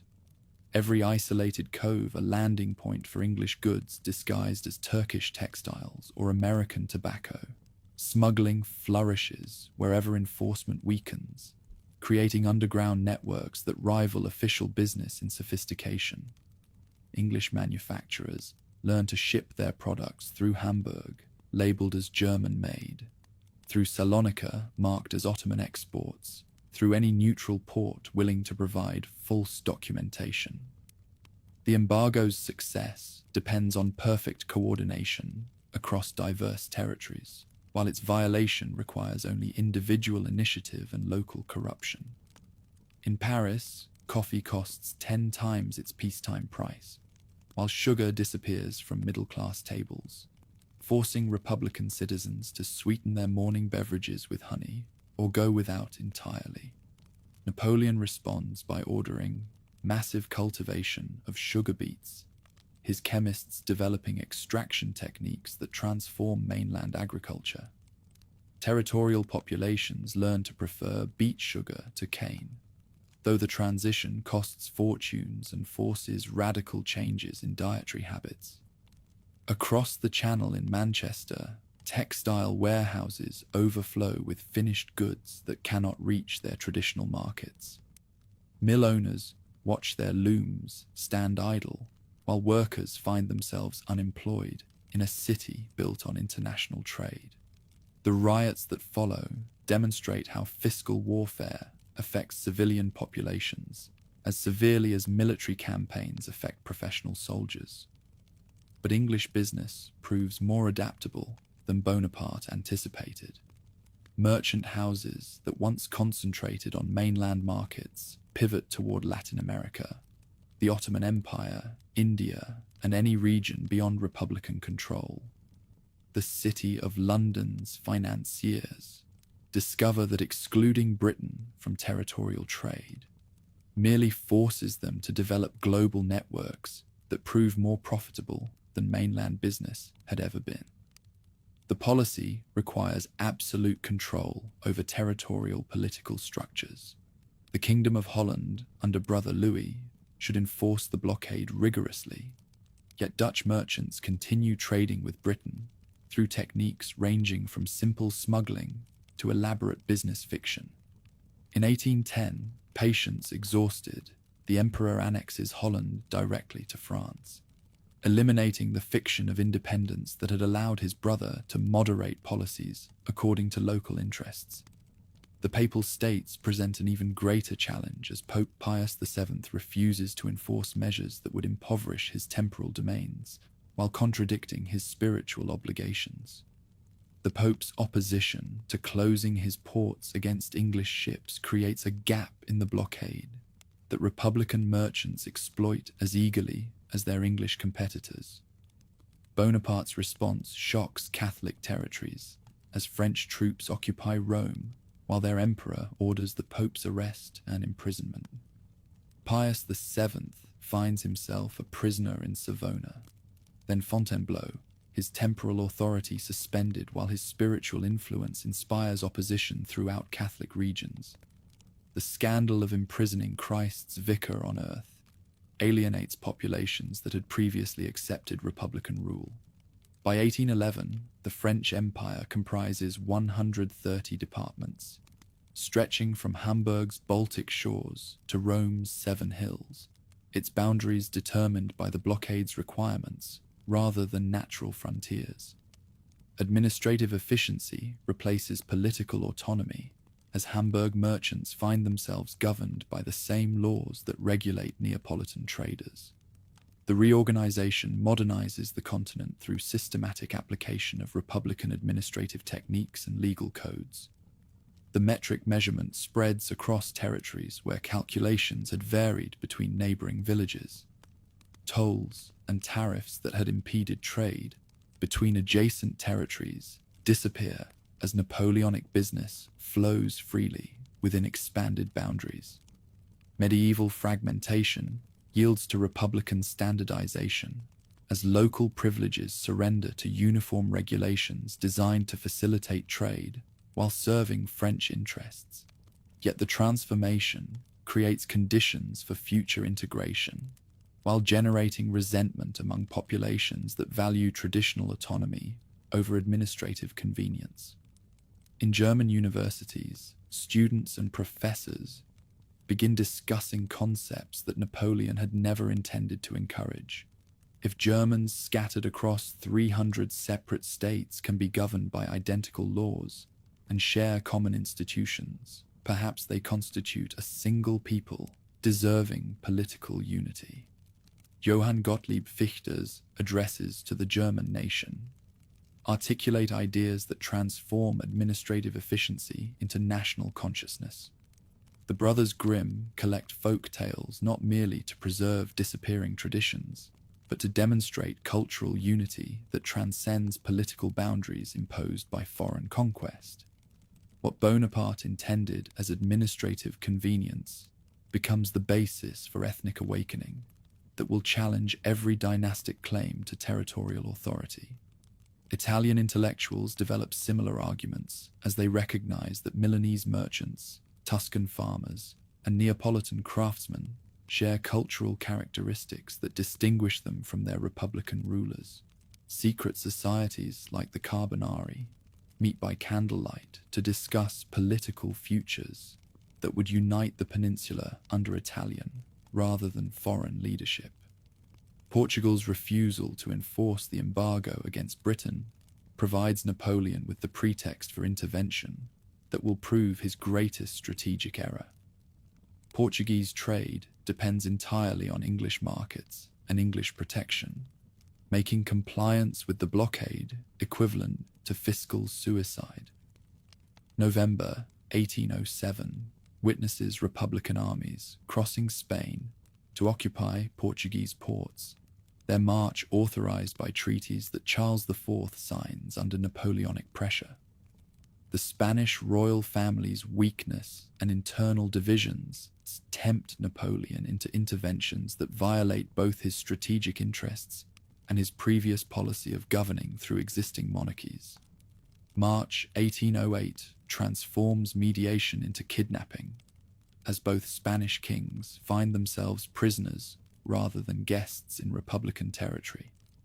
Napoleon's decision to install his brother Joseph on the Spanish throne creates the illusion of another successful conquest, while concealing realities that will make Spanish rule impossible. Trade innovation flourishes within the embargo, as Republican industrialists, protected from English competition, develop manufacturing techniques that might never have emerged under free trade conditions. The jacquard loom revolutionizes silk production in Lyon, while French chemists create synthetic dyes that provide alternatives to imported products. Yet innovation cannot compensate for the complete loss of maritime business that had enriched France's Atlantic ports. Bordeaux wine merchants watch their businesses collapse as inventory accumulates in warehouses that no longer receive foreign orders. The trading cities that had initially supported Bonaparte gradually turn against policies that sacrifice their prosperity to autocratic ambition. By 1808, The embargo has achieved partial success in reducing English trade, while accelerating mainland industrial development, yet its enforcement costs exceed any benefits it provides. The blockade that was intended to strangle Britain gradually strangles the Republican economy as territories discover that prosperity requires international business rather than territorial autarky. The Spanish intervention transforms fiscal policy into military necessity, as maintaining the blockade requires permanent occupation of territories that refuse voluntary compliance. What began as mercantile strategy becomes autocratic overstretch as French armies find themselves committed to campaigns that serve trade objectives rather than strategic priorities. The embargo's logic demands universal enforcement, yet universal enforcement proves militarily impossible and financially ruinous for all concerned. Madrid, May 2nd, 1808. Crowds gather in the Plaza de Armas as French troops escort the last Spanish royal children toward carriages that will carry them into permanent exile. Someone shouts, "They're taking the Infantes," and the cry spreads through the mob like wildfire. A blacksmith named José Blas Molina attacks a Bonapartist officer with his hammer, the first blow in a war that will consume the peninsula for 6 years and drain the strength of an empire. Mamelukes charge into the crowd. Those same Egyptian cavalry who once served the Bey of Cairo now ride for Bonaparte, their curved sabers glinting in the spring sunlight as they cut down peninsular civilians, armed with nothing more than kitchen knives and cobblestones. The imperial formations that conquered the pyramids now battle shopkeepers and seamstresses in narrow streets where disciplined tactics become useless and individual courage determines survival. French artillery unlimbers in the Puerta del Sol, their cannon loaded with grape shot that tears through packed humanity, while the gunners work with mechanical precision learned on a dozen European battlefields. By evening, hundreds lie dead in Madrid's ancient squares, while Republican firing squads execute anyone found with weapons, blood on their clothes, or powder burns on their hands. From his window overlooking the Calle del Desengaño, Francisco Goya watches soldiers drag bodies toward common graves, while their comrades prepare for tomorrow's work. The court painter who has captured the elegance of Iberian nobility now witnesses horror that will haunt his dreams and transform his art. The executions he observes will inspire masterpieces that define warfare's human cost more powerfully than any general's memoirs. Within weeks, all Spain erupts in spontaneous rebellion that defies every principle of martial science and political calculation. This is not organized opposition coordinated by professional officers, but universal fury that spreads from village to village without central command or strategic planning. Local juntas form in every province, each claiming to govern in the name of Ferdinand VII, while rejecting the foreign king imposed by Napoleonic decree. Priests tell their congregations that Napoleon is the Antichrist mentioned in Revelation, his very name containing the mystical number 666, when calculated according to ancient formulae that prove his diabolic nature. The emperor who signed the Concordat and restored Catholic worship in France becomes the beast of the apocalypse in peninsular pulpits, his every victory interpreted as evidence of supernatural evil that only divine intervention can defeat. At Bailen, on July 19th, 1808, the impossible occurs as Iberian regulars under General Castaños compel an entire Republican corps to surrender, the first capitulation of Bonaparte's armies since the Revolutionary Wars began 15 years earlier. General Pierre Dupont's 17,000 veterans lay down their arms before enemies they had been taught to despise, their defeat sending shockwaves through European courts that had assumed French tactical superiority was permanent and unchallengeable. The myth of Napoleonic invincibility shatters like crystals struck by hammers as news of Bailain spreads across the continent. In Vienna and St. Petersburg, diplomats who had resigned themselves to Bonaparte hegemony begin reconsidering their options, while in London, British gold flows toward any Spanish authority willing to continue the struggle. Joseph Bonaparte enters Madrid for the second time on July 20th, his Spanish subjects having fled the capital rather than witness their new monarch's coronation. Pepe Botella, Joe Bottle, as Iberians mockingly call him, rules empty palaces while his people plot his death from mountain hideouts and forest refuges. Autumn brings the emperor himself to the peninsula, with 200,000 veterans drawn from German garrisons and Italian depots. The flower of the Grande Armée marching through Pyrenean passes to restore imperial prestige, tarnished by peninsular defiance. Cities fall with clockwork regularity as Republican columns advance through regions that had defied Bonaparte's power for months. Yet victories mean nothing when enemies refuse to accept defeat as final. The term guerrilla, little war, is born in these mountains as fighters who cannot match French discipline develop tactics that turn imperial strengths into weaknesses. They never fight pitched battles, never defend fixed positions, never offer targets that conventional combat wisdom can address effectively. Instead, they strike supply convoys, murder isolated sentries, ambush messenger services, and disappear into countryside that shelters them like protective mothers hiding endangered children. A Republican lieutenant steps outside his billet to relieve himself and finds his throat cut by men who vanish like smoke into morning mist. Supply wagons that fall behind the main column are discovered burning, their drivers mutilated in ways that serve no martial purpose except psychological warfare designed to terrorize occupying armies. French reprisals escalate the horror as commanders respond to guerrilla attacks with systematic brutality designed to discourage further insurgency. Villages suspected of sheltering partisans are burned, while their inhabitants face execution or exile to regions where survival becomes questionable. Each atrocity creates new guerrillas as families seek vengeance for murdered relatives, transforming Napoleonic occupation into blood feud that transcends rational political objectives. August 1808. Witnesses British intervention. As Sir Arthur Wellesley lands in Portugal with troops that will eventually drive Bonaparte's armies beyond the Pyrenees, the future Duke of Wellington brings to Iberian warfare a defensive genius that transforms imperial tactical superiority into strategic vulnerability.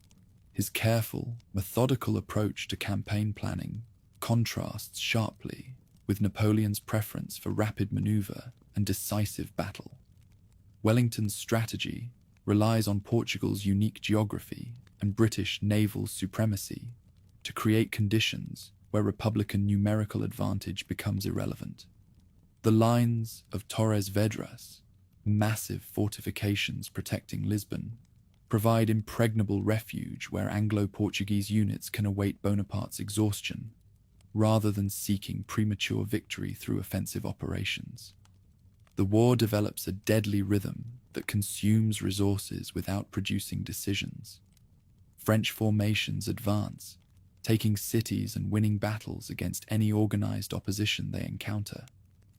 But controlling territory requires dispersing troops across regions where guerrilla bands operate with impunity, their local knowledge enabling them to strike Napoleonic positions that cannot be adequately defended. Imperial soldiers concentrate again, abandoning conquered territories that immediately revert to peninsular control. Marshal André Massena, the child of victory, leads 60,000 veterans into Portugal, expecting to crush Wellington through superior numbers and veteran experience. Instead, he discovers enemies who retreat before his advance, while destroying everything that might sustain an invading army. Behind the lines of Torres Vedras, Allied formations wait, while Bonaparte's armies starve in a countryside deliberately emptied of resources. Goya, court painter turned witness to horror, creates his disasters of war. 82 prints that document the reality behind official bulletins and diplomatic protests. His images show Republican soldiers bayoneting civilians, Iberian guerrillas castrating prisoners, women fighting with kitchen knives, children starving in ruined cities. No heroism glorifies these scenes, only endless, purposeless violence that consumes everything it touches. In one devastating print, a corpse sits propped against a tree, holding a sign that reads, "Nada," nothing. This is what it says. Goya captions the image, his commentary serving as epitaph for enlightenment, hopes that reasonable men might end warfare through rational negotiation. Juan Martín Díaz, el empecinado, the stubborn one, commands 3,000 irregulars who tie down 20,000 Bonaparte soldiers through hit-and-run tactics that make conventional response impossible. The former farmer turned guerrilla leader understands terrain and population in ways that no tricolor staff officer can master, his knowledge enabling him to appear where enemies least expect, while vanishing before retaliation becomes effective. By 1811, 300,000 French troops occupy the peninsula, more soldiers than the emperor deployed at Austerlitz and Jena combined. Yet they control little beyond the ground they actually stand on. Every march becomes a campaign. Every messenger service requires escort. Every supply convoy needs protection that weakens the units it intends to sustain. Spain becomes what Bonaparte himself calls his Spanish ulcer, a wound that drains imperial strength while never healing or yielding to treatment. Marshal Nicholas Soult, victor of Austerlitz, finds himself repeatedly outmaneuvered by Wellington, despite commanding formations that should overwhelm Anglo-Portuguese defiance. Marshal Claude Victor barely escapes encirclement when Peninsular regulars and British formations coordinate attacks that threaten to destroy entire corps through systematic cooperation. The constitutional experiment at Cadiz offers hope that Spanish opposition might transcend mere reaction against foreign occupation to embrace liberal principles that could modernize the kingdom after Republican withdrawal. The Cortes of 1812 creates Europe's most advanced constitution, its provisions guaranteeing press freedom, religious tolerance, and popular sovereignty that surpass even revolutionary French precedents. Yet most Spaniards fighting the occupiers oppose these liberal reforms as vigorously as they contest imperial domination, their loyalty directed toward traditional monarchy and Catholic orthodoxy rather than constitutional innovation. When Ferdinand VII returns in 1814, he abolishes the liberal constitution, restores the Inquisition, and executes the very men who had maintained Iberian insurgency during his captivity. The peninsula's transformation into what Marshal Ney calls a war without battles continues year after year, consuming Republican resources while producing no strategic advantage commensurate with the investment required. The region becomes proof that modern armies, however superior in conventional warfare, cannot defeat populations united in revolt unless they are prepared to commit genocide, an expedient that even tricolor ruthlessness finds unacceptable. The Spanish ulcer bleeds the Grande Armée's strength while teaching lessons about irregular warfare that will influence combat thinking long after the last French soldier crosses the Pyrenees. National rebellion proves more formidable than dynastic armies when it combines popular support with foreign assistance, geographic advantages with tactical innovation, and strategic patience with operational flexibility that conventional doctrine cannot address through established methods. With his marriage to Marie-Louise, daughter of Austria's Emperor Francis, Napoleon joins his empire to the Habsburgs, rulers of Central Europe for 600 years, while invoking the lineage of Caesar and Charlemagne. The princess, who once belonged to a future erased by revolution, now reigns as Empress of the French. Her pedigree, a validation no conquest could provide. Josephine weeps at Malmaison, her tears genuine for perhaps the first time since her husband's return from Egypt. The Creole beauty, who enchanted the young general with her sophistication and sexual knowledge, finds herself discarded like a worn uniform, her failure to produce an heir making her expendable in imperial calculations that value dynasties over affection. The divorce that Napoleon orchestrates through compliant senators breaks his own heart even as it serves his political necessities. The marriage ceremony at the Louvre combines revolutionary grandeur with monarchical tradition as Marie-Louise walks down aisles where Austrian prisoners once awaited execution during the Terror. The Habsburg princess, who had been taught to fear the Corsican ogre, discovers instead a man whose intellectual brilliance and personal charm overcome years of propaganda designed to demonize French power. Their union represents more than diplomatic convenience. It symbolizes the transformation of revolutionary energy into dynastic respectability. March 1811 brings the birth that justifies every sacrifice Bonaparte has made for dynastic continuity. Marie-Louise bears a son who receives the title King of Rome. Before drawing his first breath, the infant proclaimed heir to an empire that stretches from Hamburg to Naples. The cannon that announced his birth fire 101 salvos, the number reserved for male heirs, while courtiers who had witnessed the Terror now kneel before a baby whose blood carries both revolutionary and imperial legitimacy. Russia, France's ally since Tilsit, suffers under the continental system's restrictions, with growing resentment that threatens the partnership on which European stability depends. Russian nobles who had grown wealthy, selling grain and timber to British merchants, watch their fortunes evaporate as ports close and traditional trade routes become illegal. The ruble's collapse forces aristocrats to mortgage estates that have sustained their families for generations, their economic distress creating political pressure that even autocratic authority cannot ignore indefinitely. Tsar Alexander finds himself torn between allegiance to his alliance with France and duty to subjects sinking under hardship. The continental system, which Bonaparte deems vital against Britain, edges the Russian nobility toward ruin, endangering the very class that upholds Romanov rule.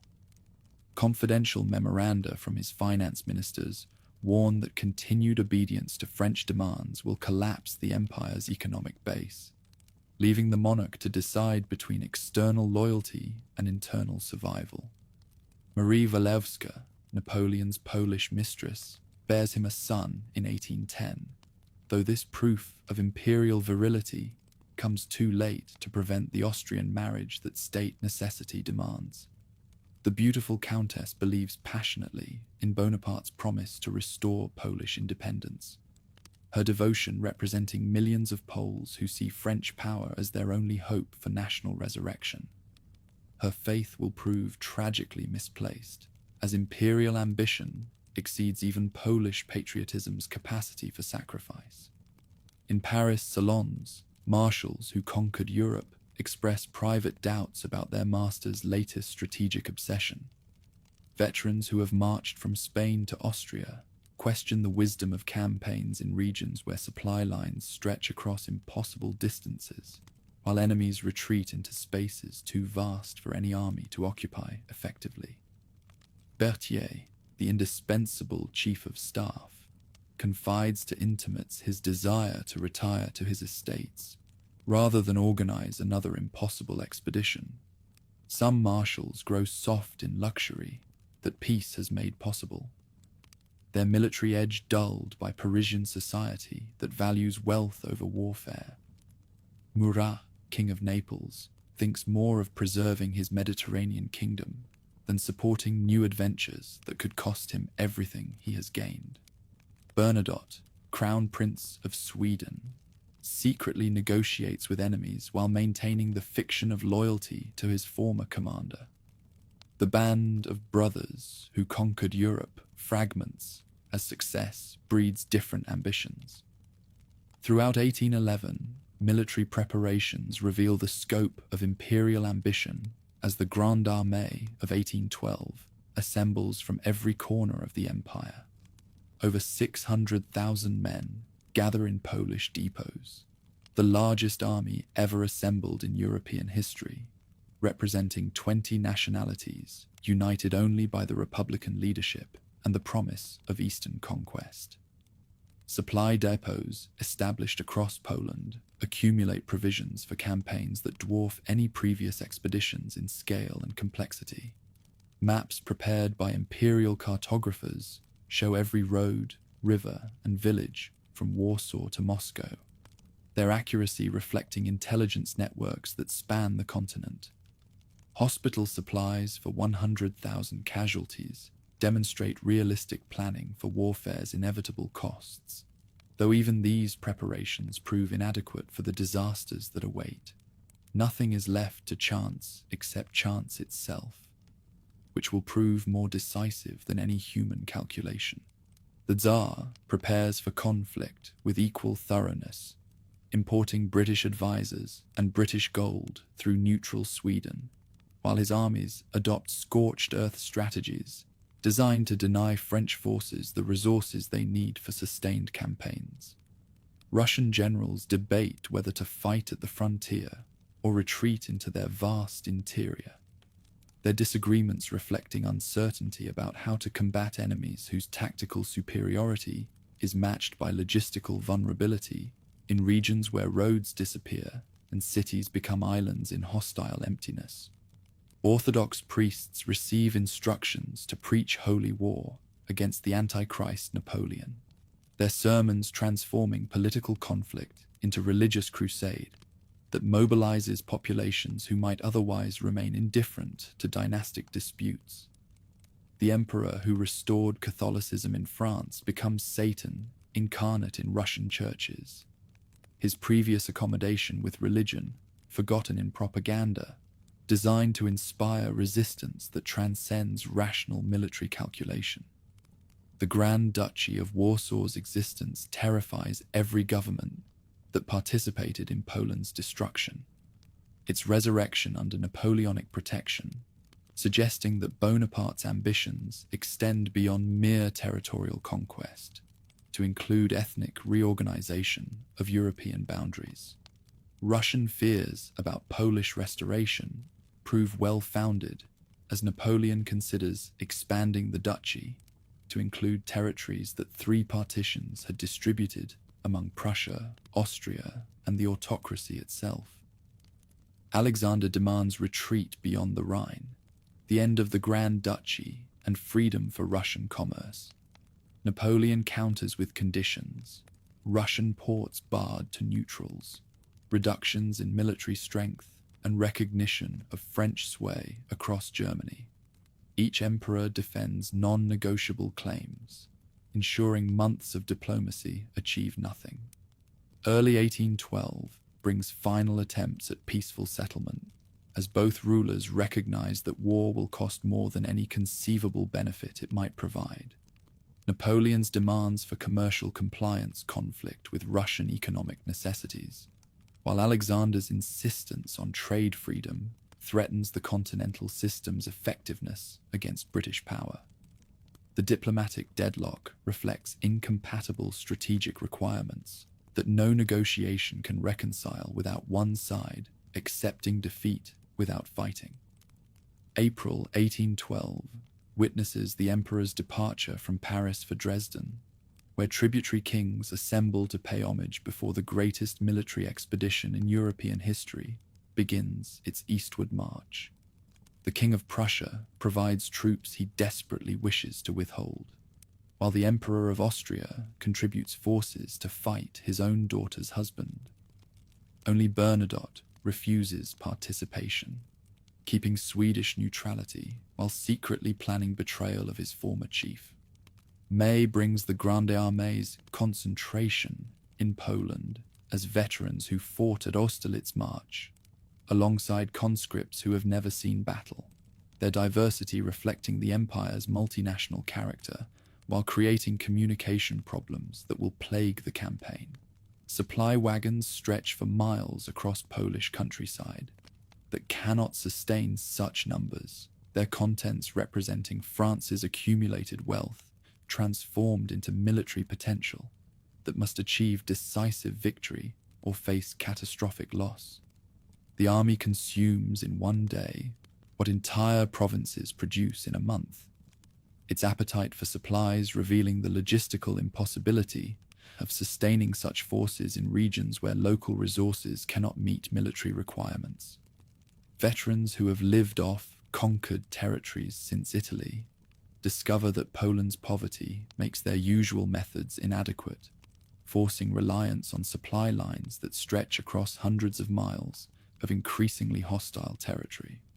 Napoleon issues proclamations declaring that Alexander has broken the Tilsit agreements, threatens European peace, and must accept submission to French leadership.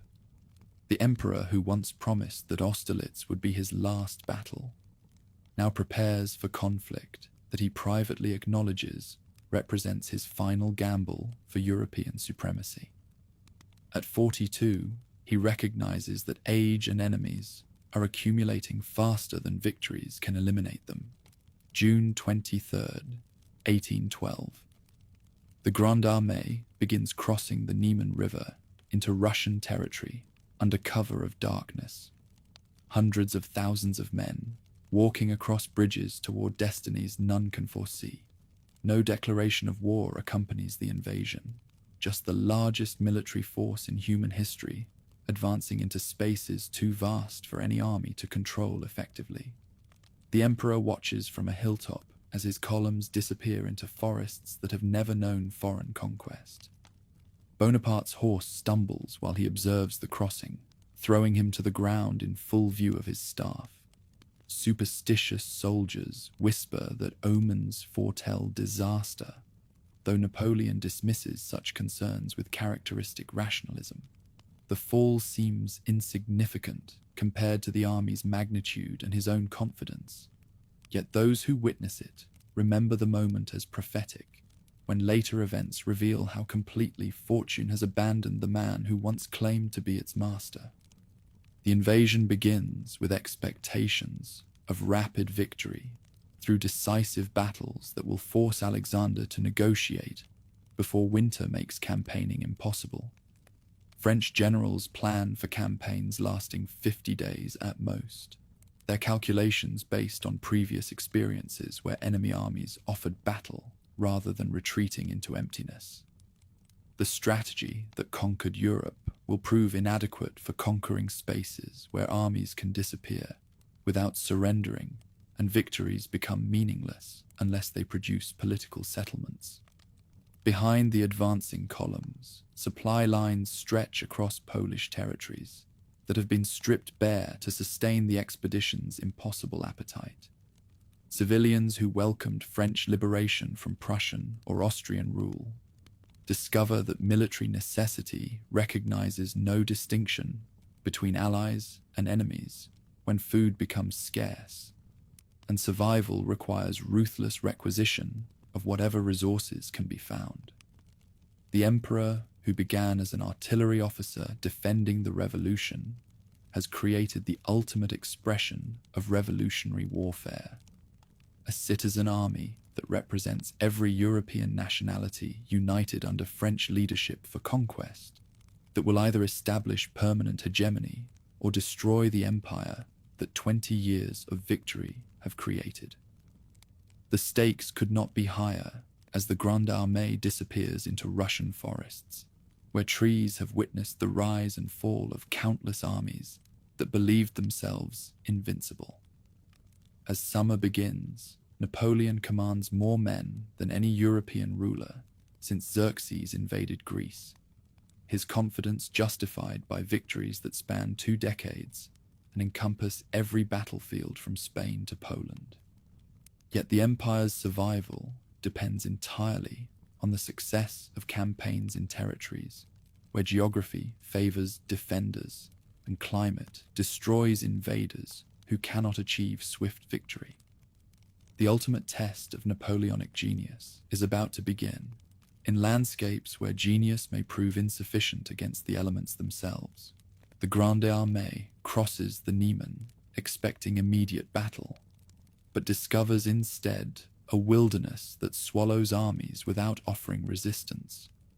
Russian forces retreat eastward, burning crops, poisoning wells, driving away livestock that might sustain invading troops.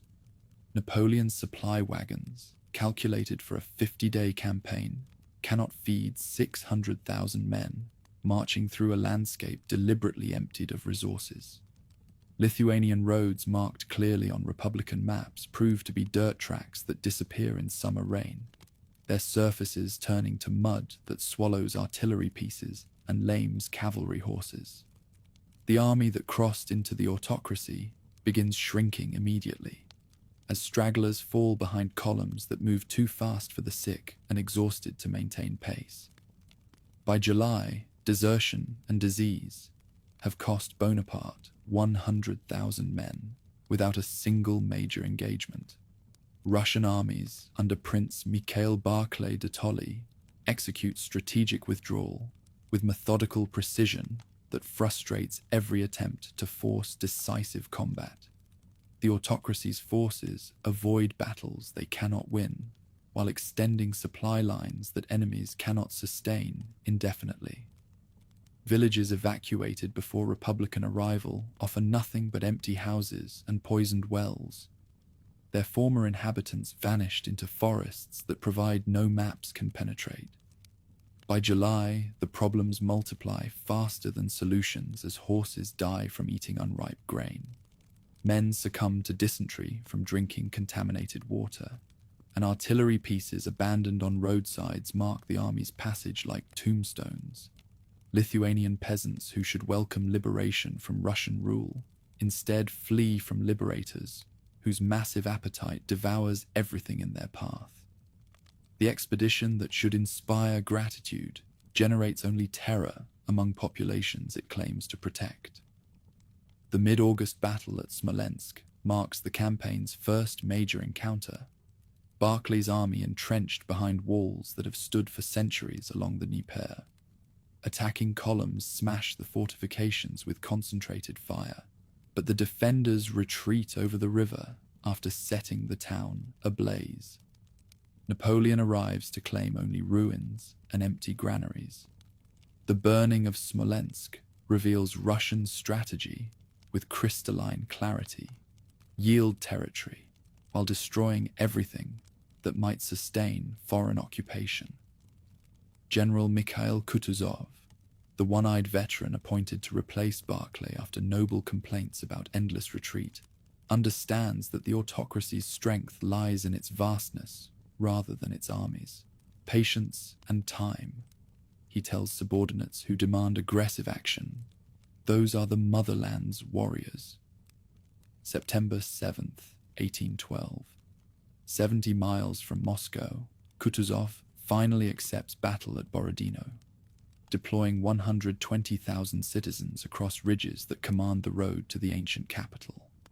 The encounter both armies understand will determine Moscow's fate, brings together 250,000 men and 1,200 cannon in combat that will produce the bloodiest single day in European military history before the 20th century's industrial slaughter.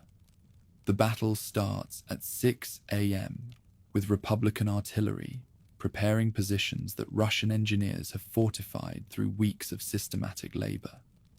Attack follows counterattack, as earthworks change hands repeatedly, their parapets slippery with blood, while cannon fire tears gaps in formations that close ranks and advance again.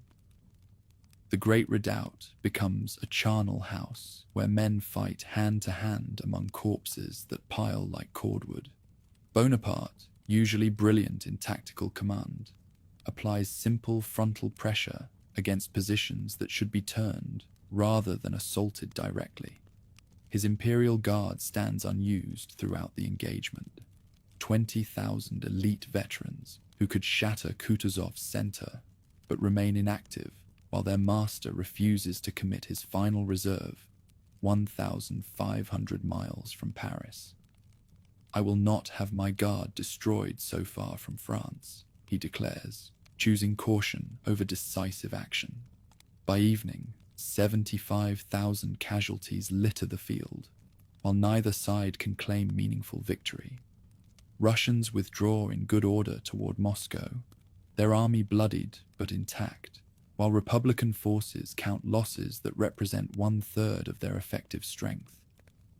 Kutuzov's retreat appears to concede defeat, yet strategic reality suggests otherwise.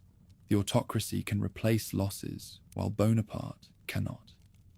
September 14th witnesses the emperor's entry into Moscow, expecting to find delegations offering surrender keys, but discovering instead a city abandoned by its inhabitants. 250,000 residents have fled rather than submit to foreign occupation, leaving behind empty palaces and deserted streets that echo with the footsteps of conquerors who have won everything except what they need most: political settlement that acknowledges their victory. That night, fires begin in the Bazaar Quarter, their flames spreading through wooden structures that burn like tinder in autumn wind.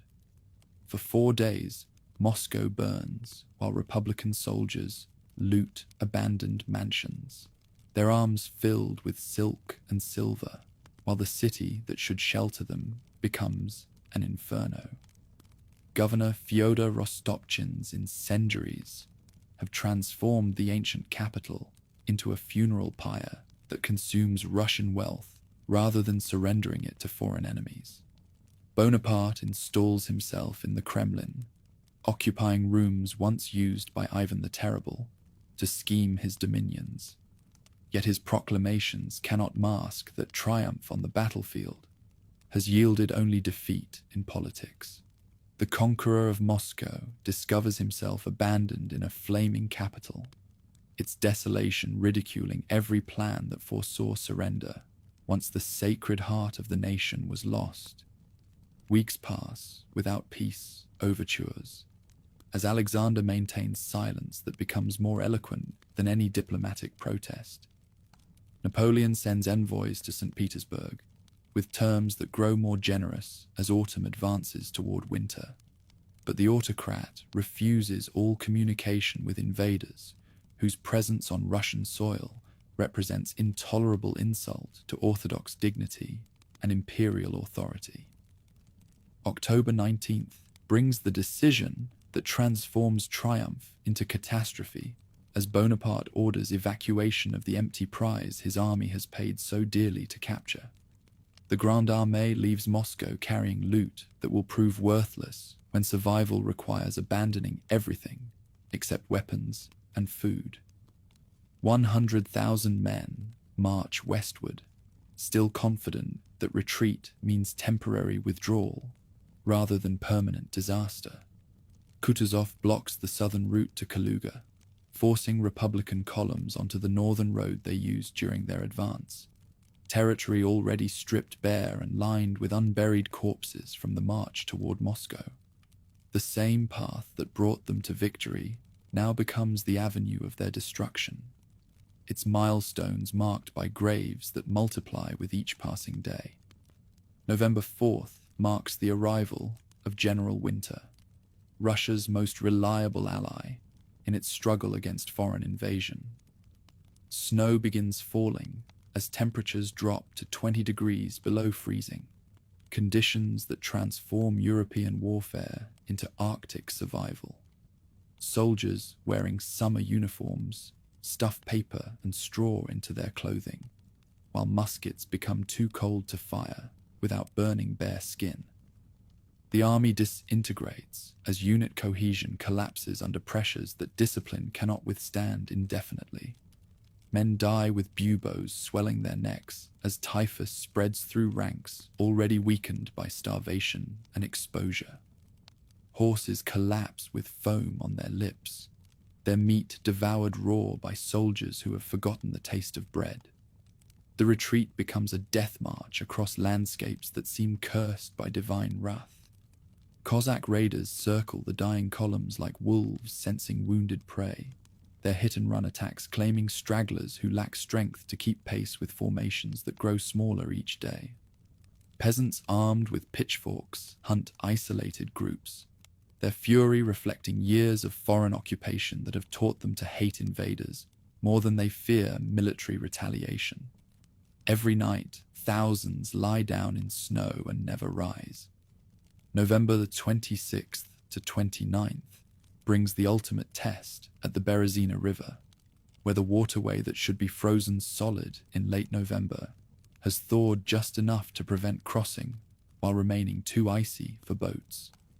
50,000 effective soldiers and 40,000 stragglers face rushing water, with Russian armies converging from 3 directions, their trap seemingly perfect.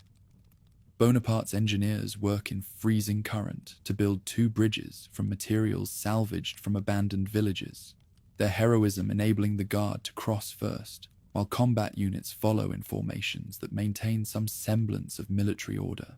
Stragglers panic when they see escape routes, rushing bridges that collapse under weight they cannot support. Hundreds drown in water that runs red beneath the ice. As masses struggle to cross bridges far too narrow, enemy guns find their range, shells ripping through soldiers and non-combatants together. Engineers set fire to the crossings, even as thousands remain trapped. Those abandoned are condemned to die or be taken, while the retreat moves west, its trail littered with ruins and corpses stiff with frost. December 5th at Smorgon brings Bonaparte's ultimate betrayal as he abandons his dying army to return to Paris, where news of General Malet's attempted coup during his absence threatens political survival that military disaster has already compromised. Traveling by sleigh and carriage, the emperor crosses Europe in 13 days, while behind him, the Grande Armée's remnants stumble through snowdrifts toward frontiers they may never reach. Marshal Michel Ney commands the rear guard with courage that transcends human endurance, his face blackened with powder as he personally fires muskets against Cossacks who press closer each day. The bravest of the brave appears last seen at Kovno, still fighting while his uniform falls apart and his men die around him. Of 600,000 who cross the Niemen, fewer than 100,000 return, and of those survivors, fewer than 10,000 retain capacity for further combat. The catastrophe's scale numbs comprehension as numbers become meaningless abstractions that cannot capture individual tragedies multiplied across entire populations. 400,000 dead, 100,000 prisoners, 200,000 horses, 1,000 cannon. The accumulated military resources of a decade vanish in 6 months of campaigning that destroys the myth of Napoleonic invincibility, along with the armies that sustained it. More devastating than statistics, the expedition's veterans are gone forever. Men who fought at Austerlitz, Jena, and Wagram now lie frozen in Russian snow, their experience and loyalty irreplaceable assets that no conscription can restore. The institutional memory that enabled Republican forces to dominate European battlefields dies with sergeants who will never train new recruits or corporals who will never lead fresh companies into combat. Europe watches and calculates as reports filter westward, describing destruction so complete that even enemies feel shocked by its magnitude. If the Grande Armée can be eliminated this catastrophically, perhaps Bonaparte himself can be defeated permanently. The wolves begin gathering as winter loosens its grip, and diplomatic pouches carry promises of British gold to any sovereign willing to take Republican steel. In Paris, the sovereign who once dictated the fate of the continent returns broken, his announcements powerless against the truth that snowstorms have achieved what Austria and Prussia could never claim. The withdrawal from Moscow is remembered not only as catastrophe in arms, but as the first fracture in an empire built on the legend of a commander immune to nature's limits. The invasion that was intended to force Russian submission instead demonstrates the limits of military power when confronted by strategic patience, geographic immensity, and populations willing to sacrifice everything rather than submit to foreign domination. The autocracy's victory proves that some conquests cost more than any possible benefit they might provide, while some enemies grow stronger through apparent defeat than they ever were in nominal triumph. Napoleon races toward Paris in a closed carriage, his journey a desperate attempt to outrun news of the catastrophe that has destroyed the myth of his invincibility. Behind him, the Grande Armée's frozen remnants stumble westward through Polish snow, while ahead, the political crisis that General Malet's coup attempt has revealed threatens to topple an empire built on military success. The emperor arrives at the Tuileries before reports of the disaster's full magnitude reach European capitals, but silence cannot long conceal losses that will reshape continental politics. But across Europe, the calculation changes as intelligence reports filter through diplomatic channels describing destruction so complete that even Bonaparte's enemies struggle to comprehend its magnitude. In Vienna's Hofburg Palace, Emperor Francis studies maps showing Russian armies advancing westward, while his advisors whisper that perhaps the Corsican upstart can be defeated permanently. From London, British gold begins flowing toward any sovereign willing to challenge the weakened colossus whose military reputation lies buried in Russian snow. Prussia, forced ally of France since Jana's humiliation, signs the Convention of Tauroggen in secret alliance with the autocracy. General Ludwig Yorck's decision to abandon Bonaparte represents more than military defection. It signals that German nationalism, awakened by years of foreign occupation, now burns brighter than dynastic loyalty. The kingdom that Frederick the Great made formidable prepares to reclaim its honor through arms rather than diplomacy. Spring 1813 witnesses Napoleon performing perhaps his greatest feat as he creates a new army from the ashes of Russian disaster.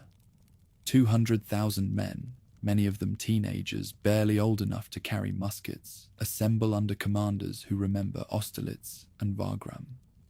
The emperor's energy, undimmed by defeat, transforms French potential into military reality through administrative genius that rivals his battlefield brilliance.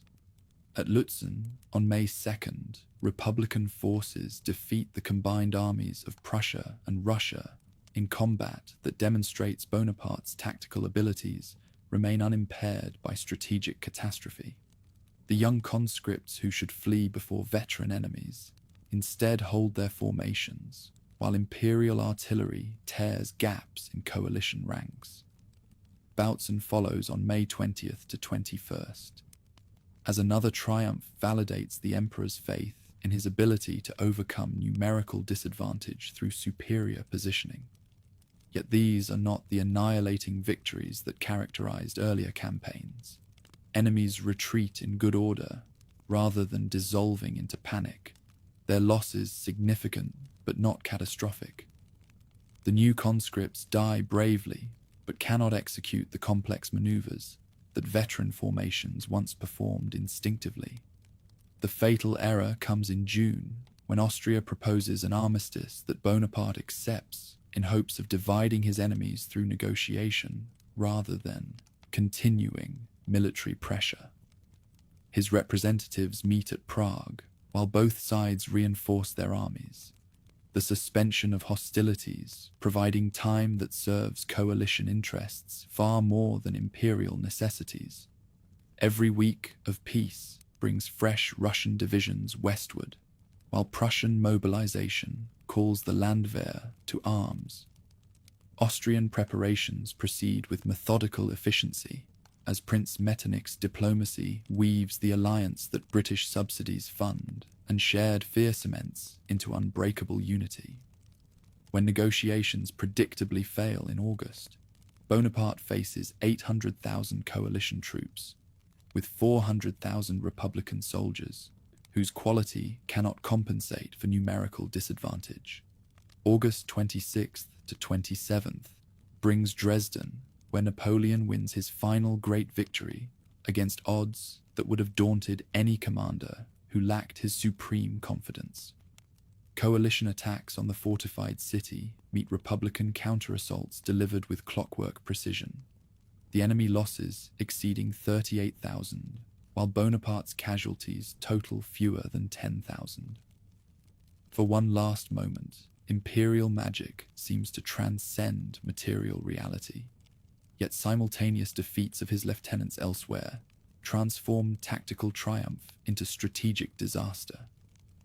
Marshal Nicholas Oudinot suffers defeat at Grossbeeren while attempting to capture Berlin.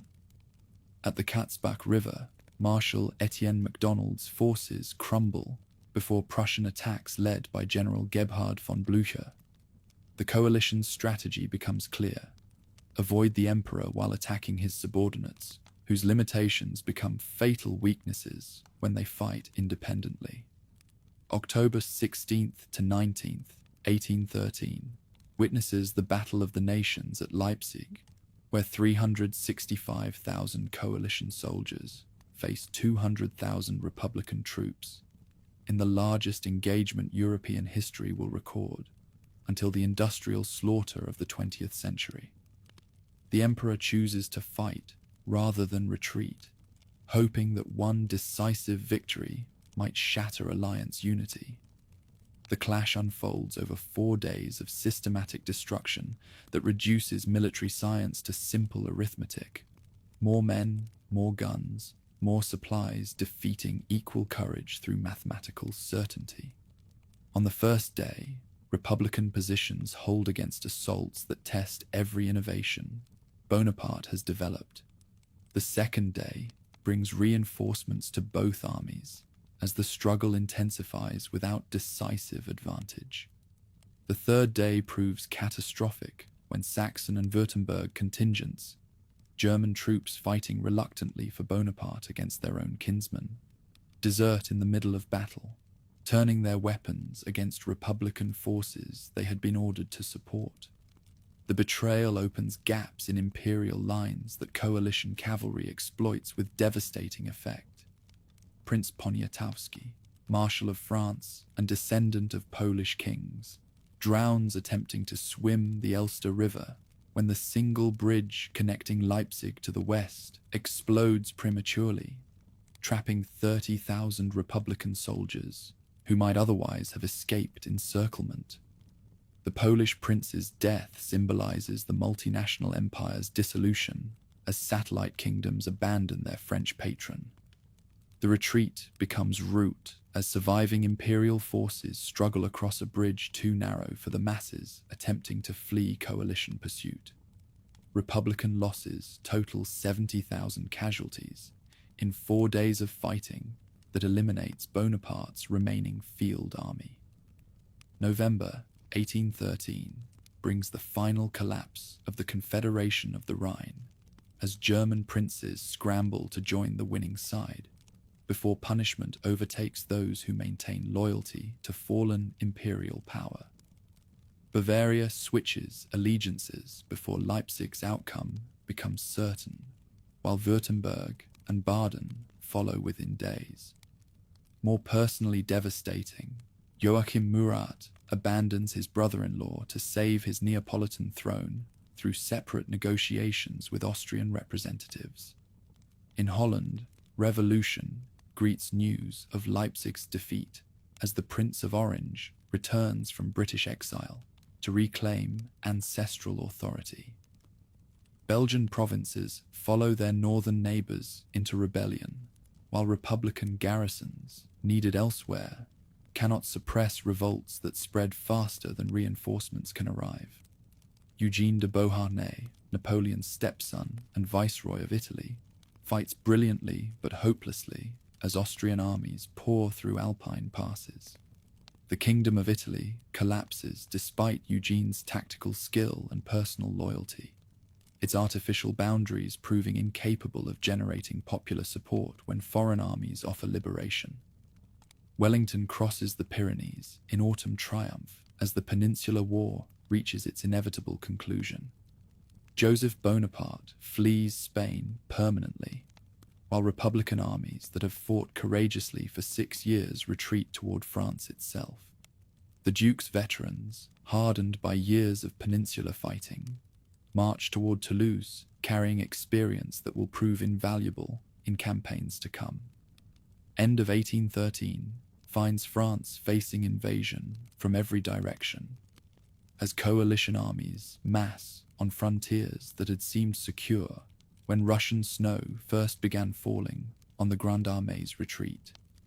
Germanic forces gather along the Rhine, while Austrian columns prepare to advance through Switzerland, their movements coordinated by staff work that reflects lessons learned from 20 years of defeat at Republican hands. The Royal Navy maintains absolute blockade of every Republican port from Hamburg to Genoa, their ships intercepting supply vessels that might sustain the defense while landing British gold wherever coalition forces can establish secure communications. Maritime supremacy, established at Trafalgar and maintained through systematic attrition, proves as decisive as any battlefield victory. Fortress France prepares for siege warfare on an unprecedented scale, as Bonaparte summons every available resource to defend frontiers that stretch from the Channel to the Mediterranean. The prefects, who had administered conquered territories, now organize resistance in departments that have never known foreign occupation. The Allies debate terms that range from generous peace with natural frontiers to complete dismantlement of Republican power, their negotiations complicated by conflicting national interests that victory has not eliminated. Tsar Alexander seeks to march triumphantly through Paris in revenge for Moscow's burning, while Metternich prefers balance that weakens France without creating Prussian or Russian hegemony. In Paris, conscription orders summon boys and old men to defend an empire built by veterans who lie frozen in Russian snow or buried in German soil. The nation that had raised 750,000 soldiers for the levée en masse now struggles to field 200,000 effective troops, its human resources exhausted by 20 years of continuous warfare. The emperor who had seemed invincible now faces the ultimate test of his political and military genius. The winter of 1813 to 1814 will provide answers that determine not only Bonaparte's fate, but the future of European civilization itself.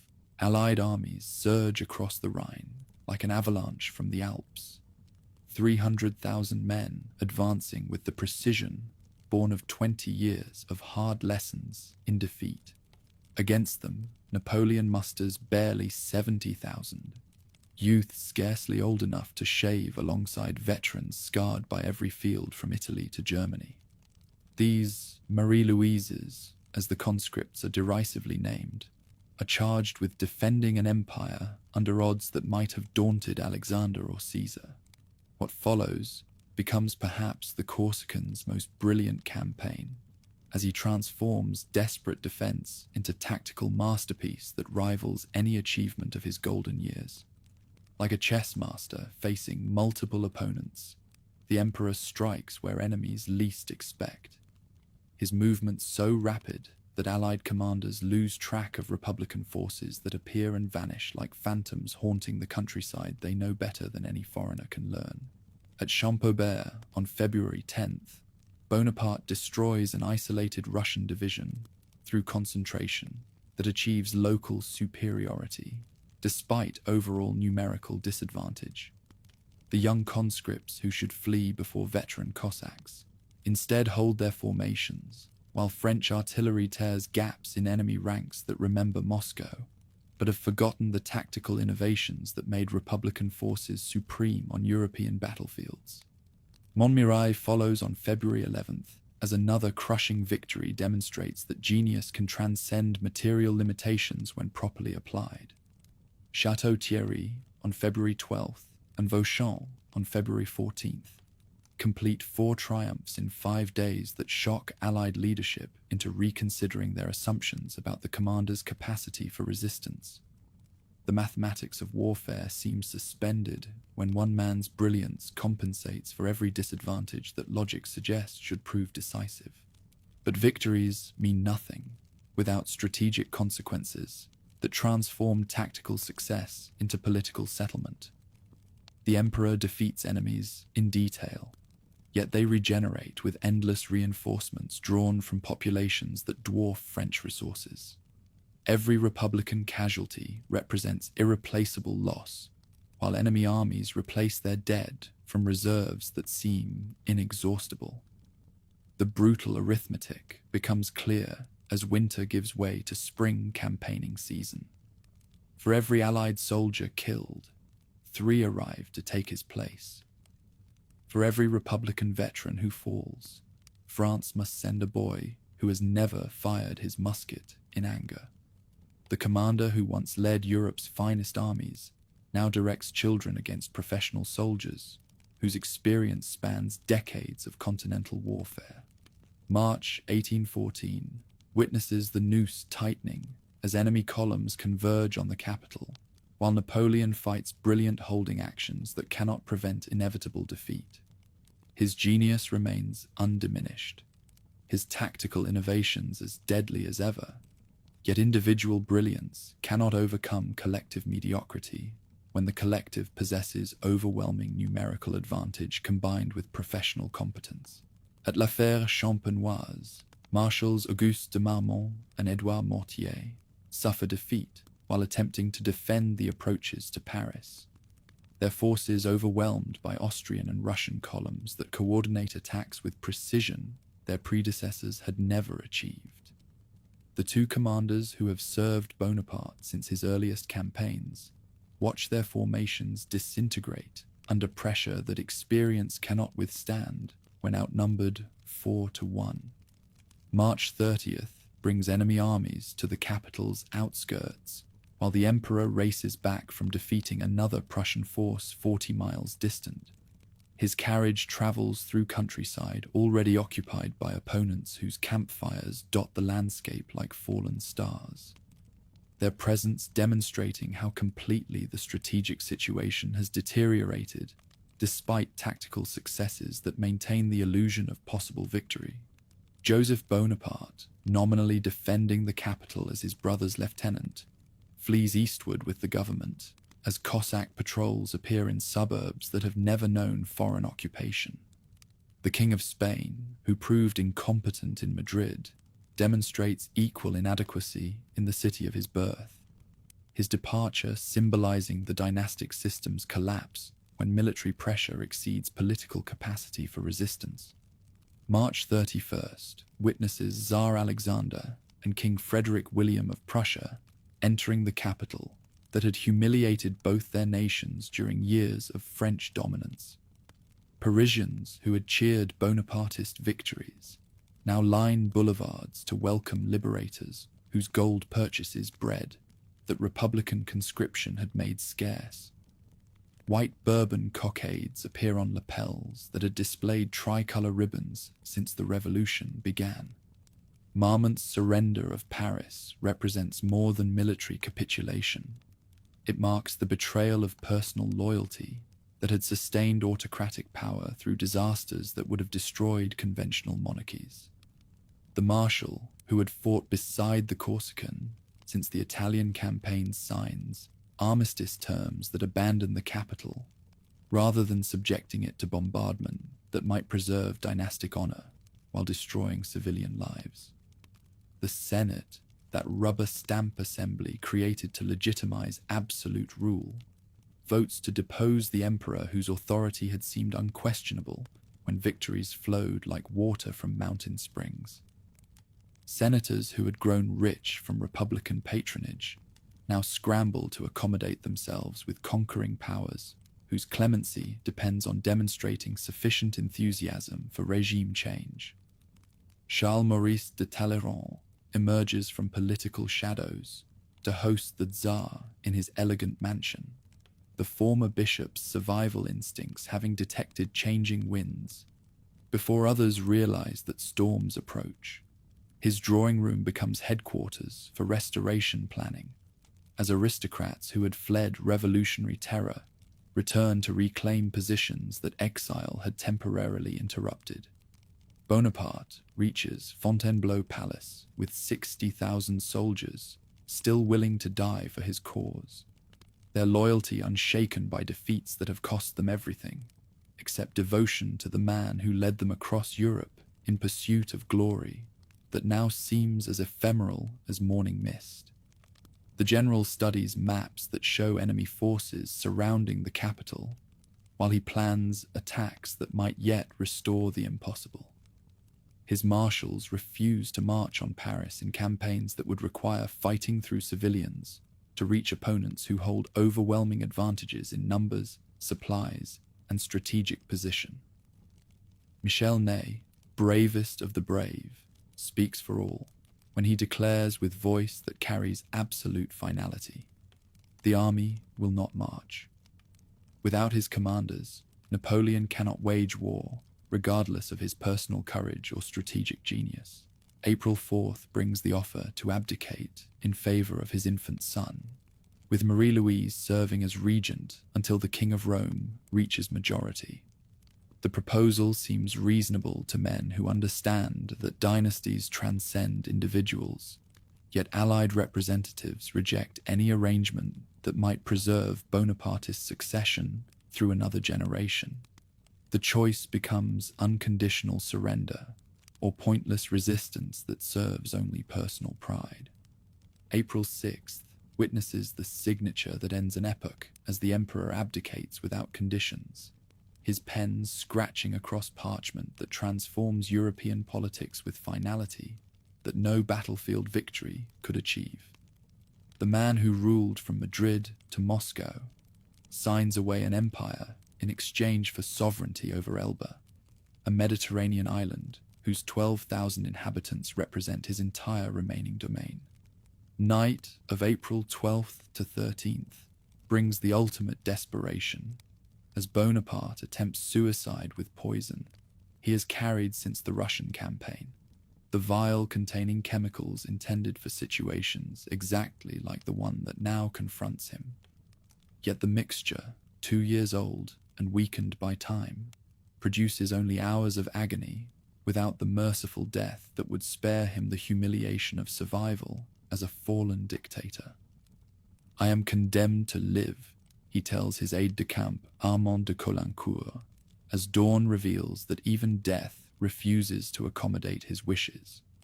The man who controlled the destiny of millions cannot command his own mortality when circumstances make existence unbearable, yet continuation inevitable. April the 20th arrives with ceremonies that break the hearts of soldiers who have followed their chief across every battlefield that European warfare has produced. In Fontainebleau's courtyard, Napoleon bids farewell to the old guard, whose devotion had sustained French power through 20 years of triumph and disaster. These veterans weep openly as their commander embraces General Antoine Dreux and kisses the eagle's standard that had led them to victory in battles whose names will echo through history.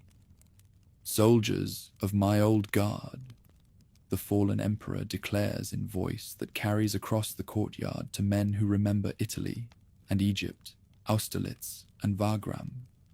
"I bid you farewell. For 20 years I have constantly accompanied you on the road to honor and glory. Continue to serve France. Do not grieve for my fate. I shall be happy when I know that you are content and glorious. The journey south becomes increasingly dangerous as Bonapartist sympathy gives way to royalist fury among populations that blame French conscription for their sons' deaths in Russian snow and German mud. At Orgon, mobs hang the exile in effigy while shouting curses that would have earned execution during years when his authority seemed unshakable. The conqueror of Europe disguises himself as an Austrian officer to avoid lynching by subjects who welcomed his rule when it brought them glory. HMS Undaunted waits at Fréjus, the same port where Bonaparte had landed in triumph after Egyptian adventures that launched his rise to supreme power. British sailors, expecting to meet the ogre of revolutionary propaganda, find instead a middle-aged man whose corpulence and pallor reflect the stress of defending an empire against impossible odds. Captain Thomas Usher discovers that his prisoner discusses navigation intelligently and inquires about crew families with genuine interest. May 4th, 1814, marks the exiles' arrival at Portoferraio, Elba's capital, where a population that barely exceeds the strength of a single French regiment greets their new sovereign with curiosity rather than enthusiasm.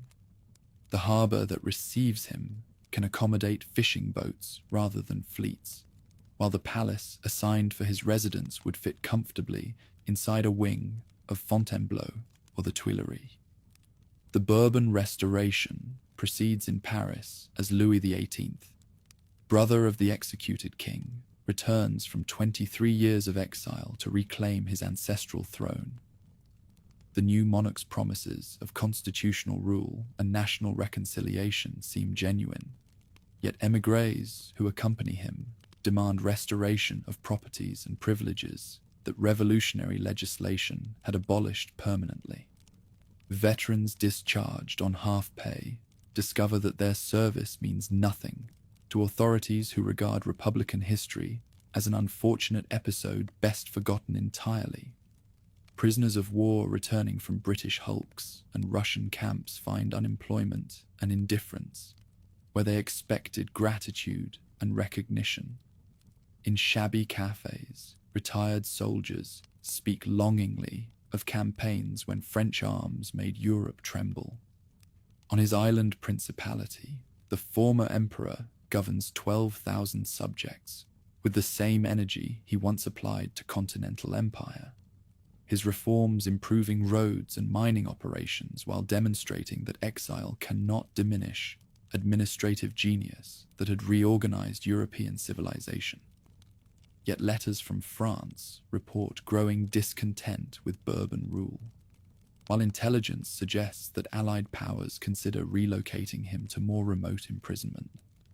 The Congress of Vienna proceeds with diplomatic deliberation that reflects great powers' determination to prevent future military adventures by controlling every variable that might enable another revolutionary leader to threaten European stability. Delegates who had fled his armies now divide territories he once governed, their negotiations revealing how completely the balance has shifted from French dominance to Austrian, Prussian, Russian, and British cooperation. As 1814 ends, the man who began the year as master of continental Europe contemplates Mediterranean horizons from windows that overlook domains smaller than many estates he once possessed.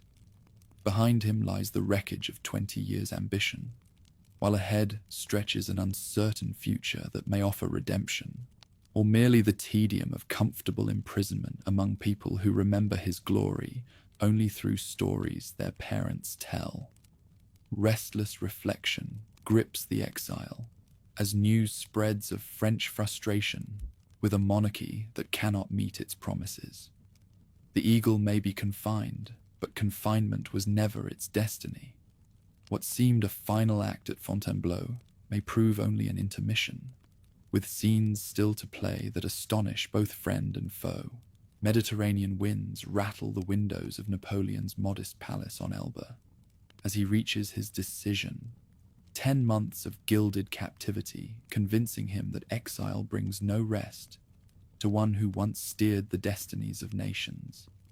Smuggled letters speak of France's growing discontent with Bourbon rule, while intelligence warns that the Allies intend to send him to distant Saint Helena, a lonely volcanic rock in the South Atlantic, from which escape would be unthinkable.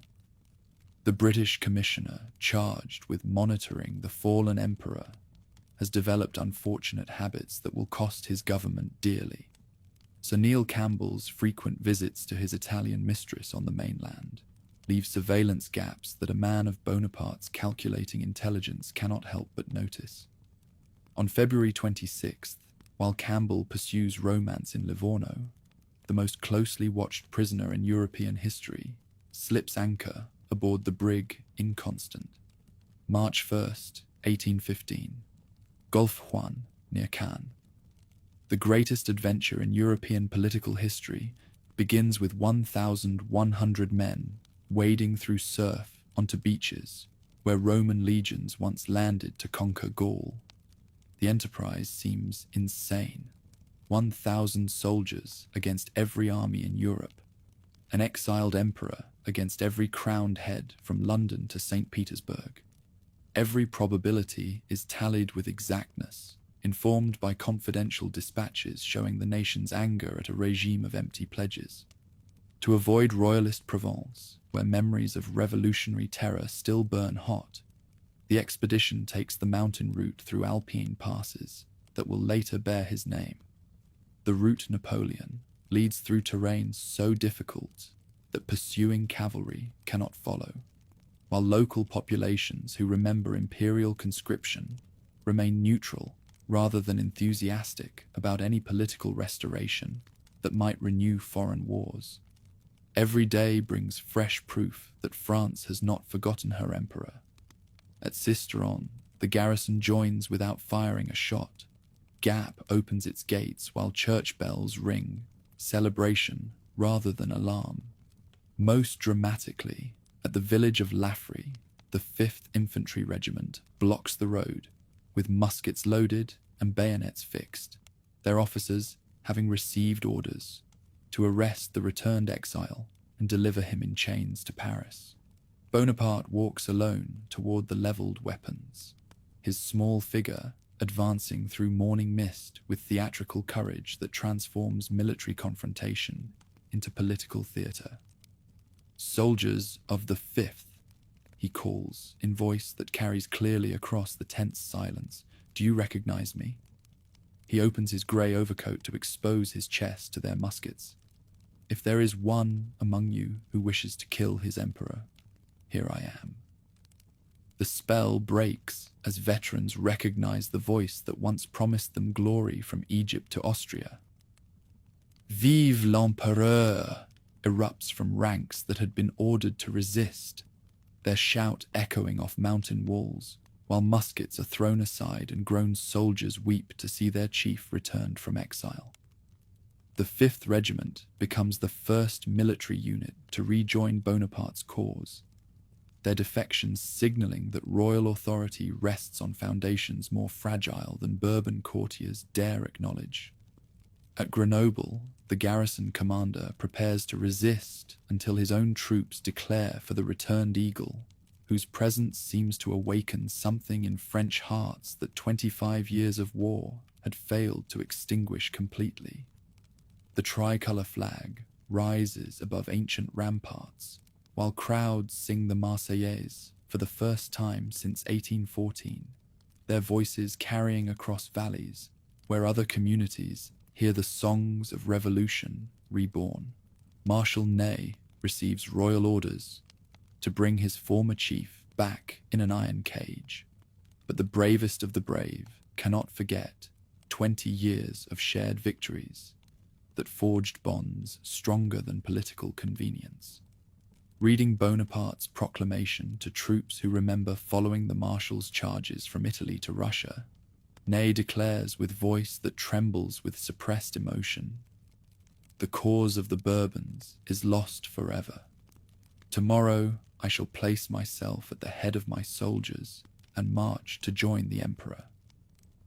The news reaches Paris like thunderbolt from cloudless skies.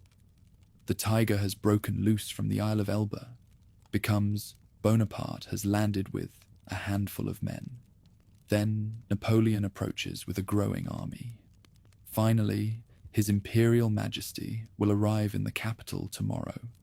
In a mere 20 days, the beast becomes emperor again, not through battle, but through a momentum that exposes the Restoration's inability to command true devotion.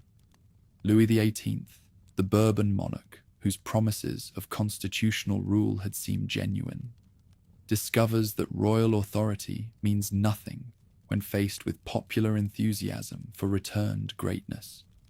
At midnight on March 19th, the fat king flees Paris in a travelling carriage, while his courtiers scramble to escape France before Bonaparte's supporters can settle accounts for real or imagined collaboration with foreign powers.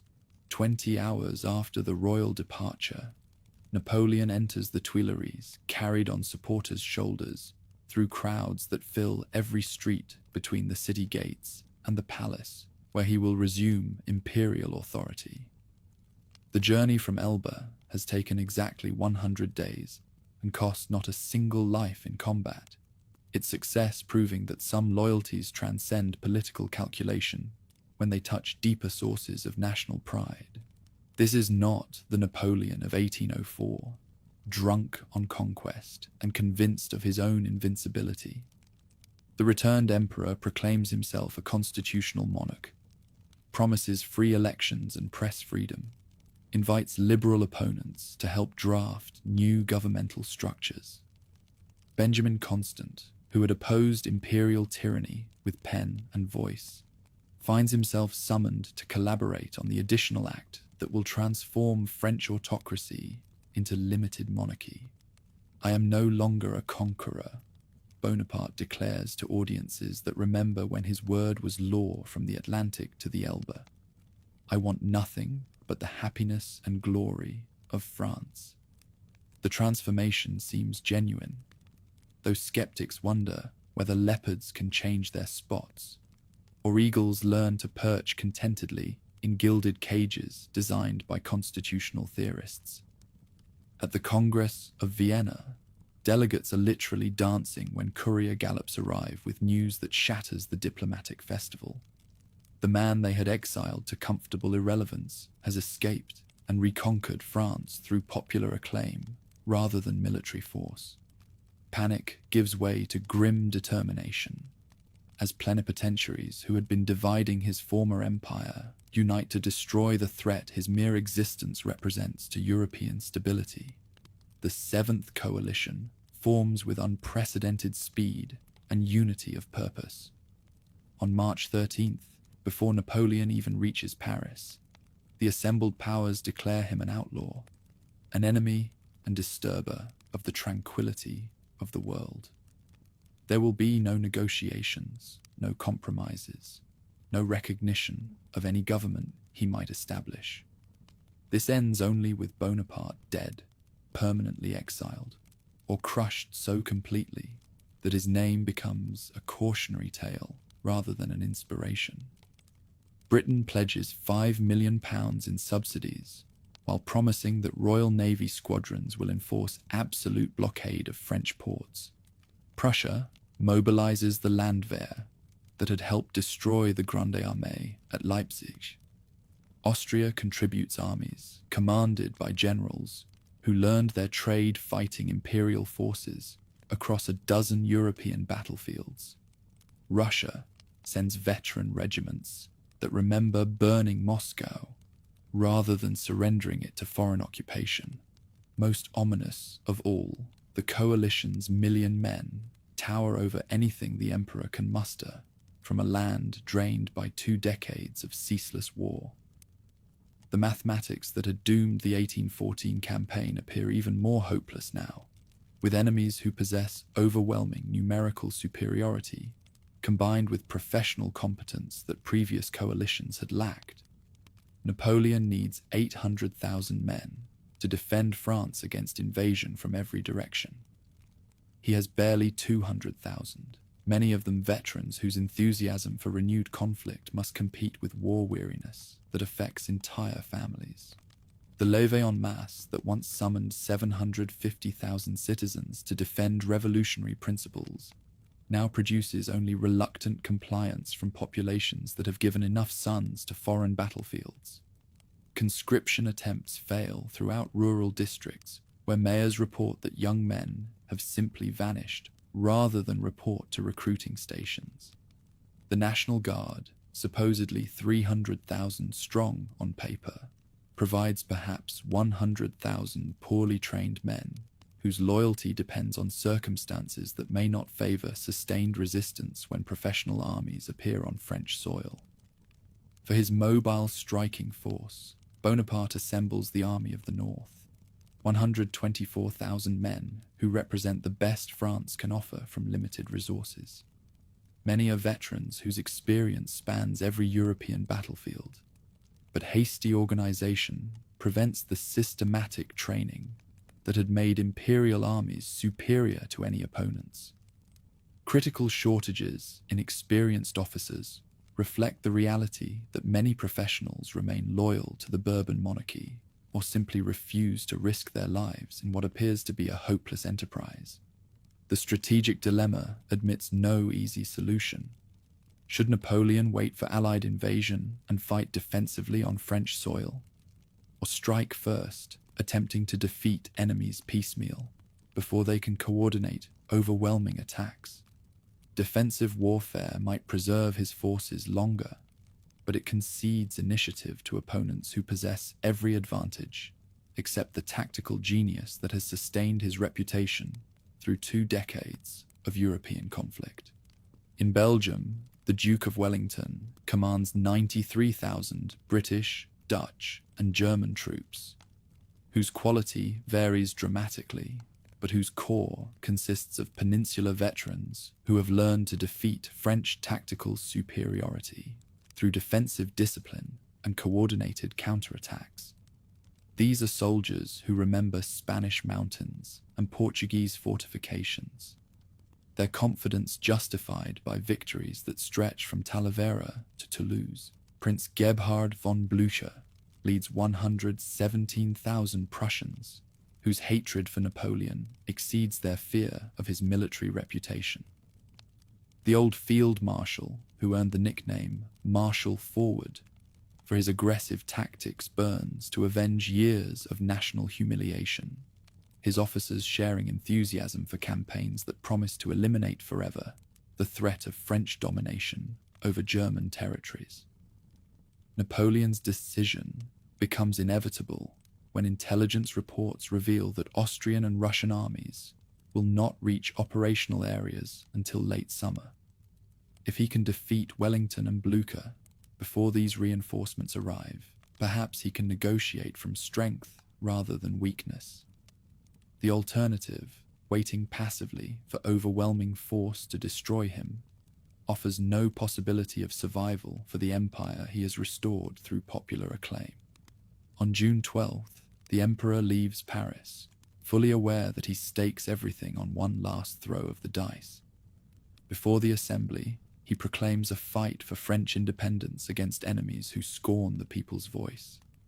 The language recalls the revolution, yet he understands all too well that failure now means death, not banishment. The Army of the North concentrates near the Belgian frontier, while its commander studies maps that show enemy positions, separated by distances that rapid movement might exploit.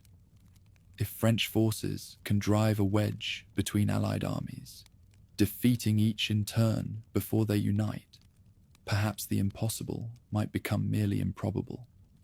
The strategy that conquered Europe must work one final time, or the adventure that began at Golfe-Juan will end in catastrophe that makes Leipzig seem like a minor reverse. As summer approaches, Napoleon commands forces inferior in number, equipment, and strategic position to enemies who have learned from 20 years of defeat at his hands. Yet something in the French response to his return suggests that national pride remains a weapon more powerful than foreign gold or professional armies. The question that will determine European destiny is whether pride alone can overcome the mathematics that favor his opponents so completely. The eagle has returned to his element, but the skies are filled with hunters, whose combined strength may finally prove sufficient to bring down the bird whose flight has dominated European warfare for a generation. The 100 Days approach their climax in Belgian fields, where the fate of revolutionary France will face its ultimate test against the forces of monarchical Europe. French forces cross the Belgian frontier at Charleroi in complete surprise, Napoleon's armies driving a wedge between Wellington and Blucher before either Allied commander realizes that the campaign they expected to begin in July has already commenced. Republican columns pour across the Sambre River like a torrent breaking through a dam. Their advance so rapid that enemy outposts are overwhelmed before they can send warning messages to headquarters sleeping peacefully in Brussels. At Liège, on June 16th, Bonaparte personally commands 70,000 veterans against 83,000 Prussians under Prince Gebhard von Blücher. Victory comes when imperial artillery concentrates on the village center, turning buildings into funeral pyres, while the 72-year-old Prussian warrior falls beneath his wounded horse. Yet triumph proves incomplete when the Prussians retreat northward toward Wellington, rather than eastward towards safety, keeping alive the possibility of junction that Bonaparte must prevent. Marshal Michel Ney fails to capture the crossroads at Quatre Bras, despite commanding superior forces, his procrastination costing the French a strategic opportunity that aggressive action might have exploited decisively. Count d'Erlon's corps marches between both battlefields, participating effectively in neither as confused orders send 20,000 men on pointless maneuvers between the two engagements. Torrential rain transforms Belgian roads into rivers of mud, while Napoleon calculates whether to pursue the defeated Prussians or concentrate against Wellington, whose forces retreat toward positions near the village of Waterloo. The night becomes an ordeal of endurance that tests veteran discipline, as soldiers huddle in squares that provide no shelter from Belgian rain that soaks through uniforms and fills musket barrels with water. Napoleon, suffering from hemorrhoids and possible cystitis, moves more slowly than campaigns require when minutes determine strategic outcomes. The emperor who once covered impossible distances through personal example now delegates reconnaissance to subordinates whose reports cannot substitute for direct observation. Dawn reveals two armies deployed across terrain that seems designed for decisive battle. Wellington commands 68,000 men, positioned along ridges that provide natural protection from artillery. His forces, including Peninsular veterans, whose experience spans 6 years of fighting French armies. The Duke positions his weakest troops in rear areas, while placing veterans where fighting will prove most severe. The rain stops, but the ground remains sodden, forcing Napoleon to delay attack until 11:30 a.m., while waiting for terrain to dry sufficiently for artillery effectiveness. The delay grants Prussians precious hours to march from Wavre toward the sound of guns that will guide their approach. 80 Republican guns concentrate fire on positions they cannot see clearly, their iron balls bouncing through Wellington's ranks, seeking targets that remain largely invisible behind terrain features. For 1 hour, the bombardment achieves little against an enemy that understands defensive warfare. The attack on Hougoumont Farm begins as diversion, but becomes obsession, consuming French resources throughout the day. A handful of guards companies ties down 14,000 Republican soldiers in combat that serves no strategic purpose. Lieutenant Colonel James MacDonell personally slams shut the chateau gates when assault troops briefly penetrate the courtyard, his individual action preventing tactical success that might have unhinged Wellington's entire right flank. Count d'Erlon's grand assault at 1:30 p.m. sends 16,000 infantry advancing in massive columns toward British positions. Drums beat the pas de charge, while eagles glint in afternoon sunlight, the spectacle magnificent as professional soldiers march toward enemies whose defensive positions should crumble before such force. But British tactics, perfected through Spanish campaigns, transform French numerical advantage into tactical liability. Two deep lines pour controlled volleys into column fronts that cannot deploy quickly enough to return effective fire. Sir Thomas Picton's division holds despite overwhelming odds until British heavy cavalry arrives to complete the repulse. The Scots Greys and Royal Dragoons charge downhill with sabres that catch sunlight as they slice through infantry formations. D'Erlon's corps dissolves under cavalry attack that captures regimental eagles, yet British horsemen pursue too far and suffer devastating counterattack from French lancers. Marshal Ney's cavalry charges at 3:30 p.m. represent either supreme innovation or strategic desperation.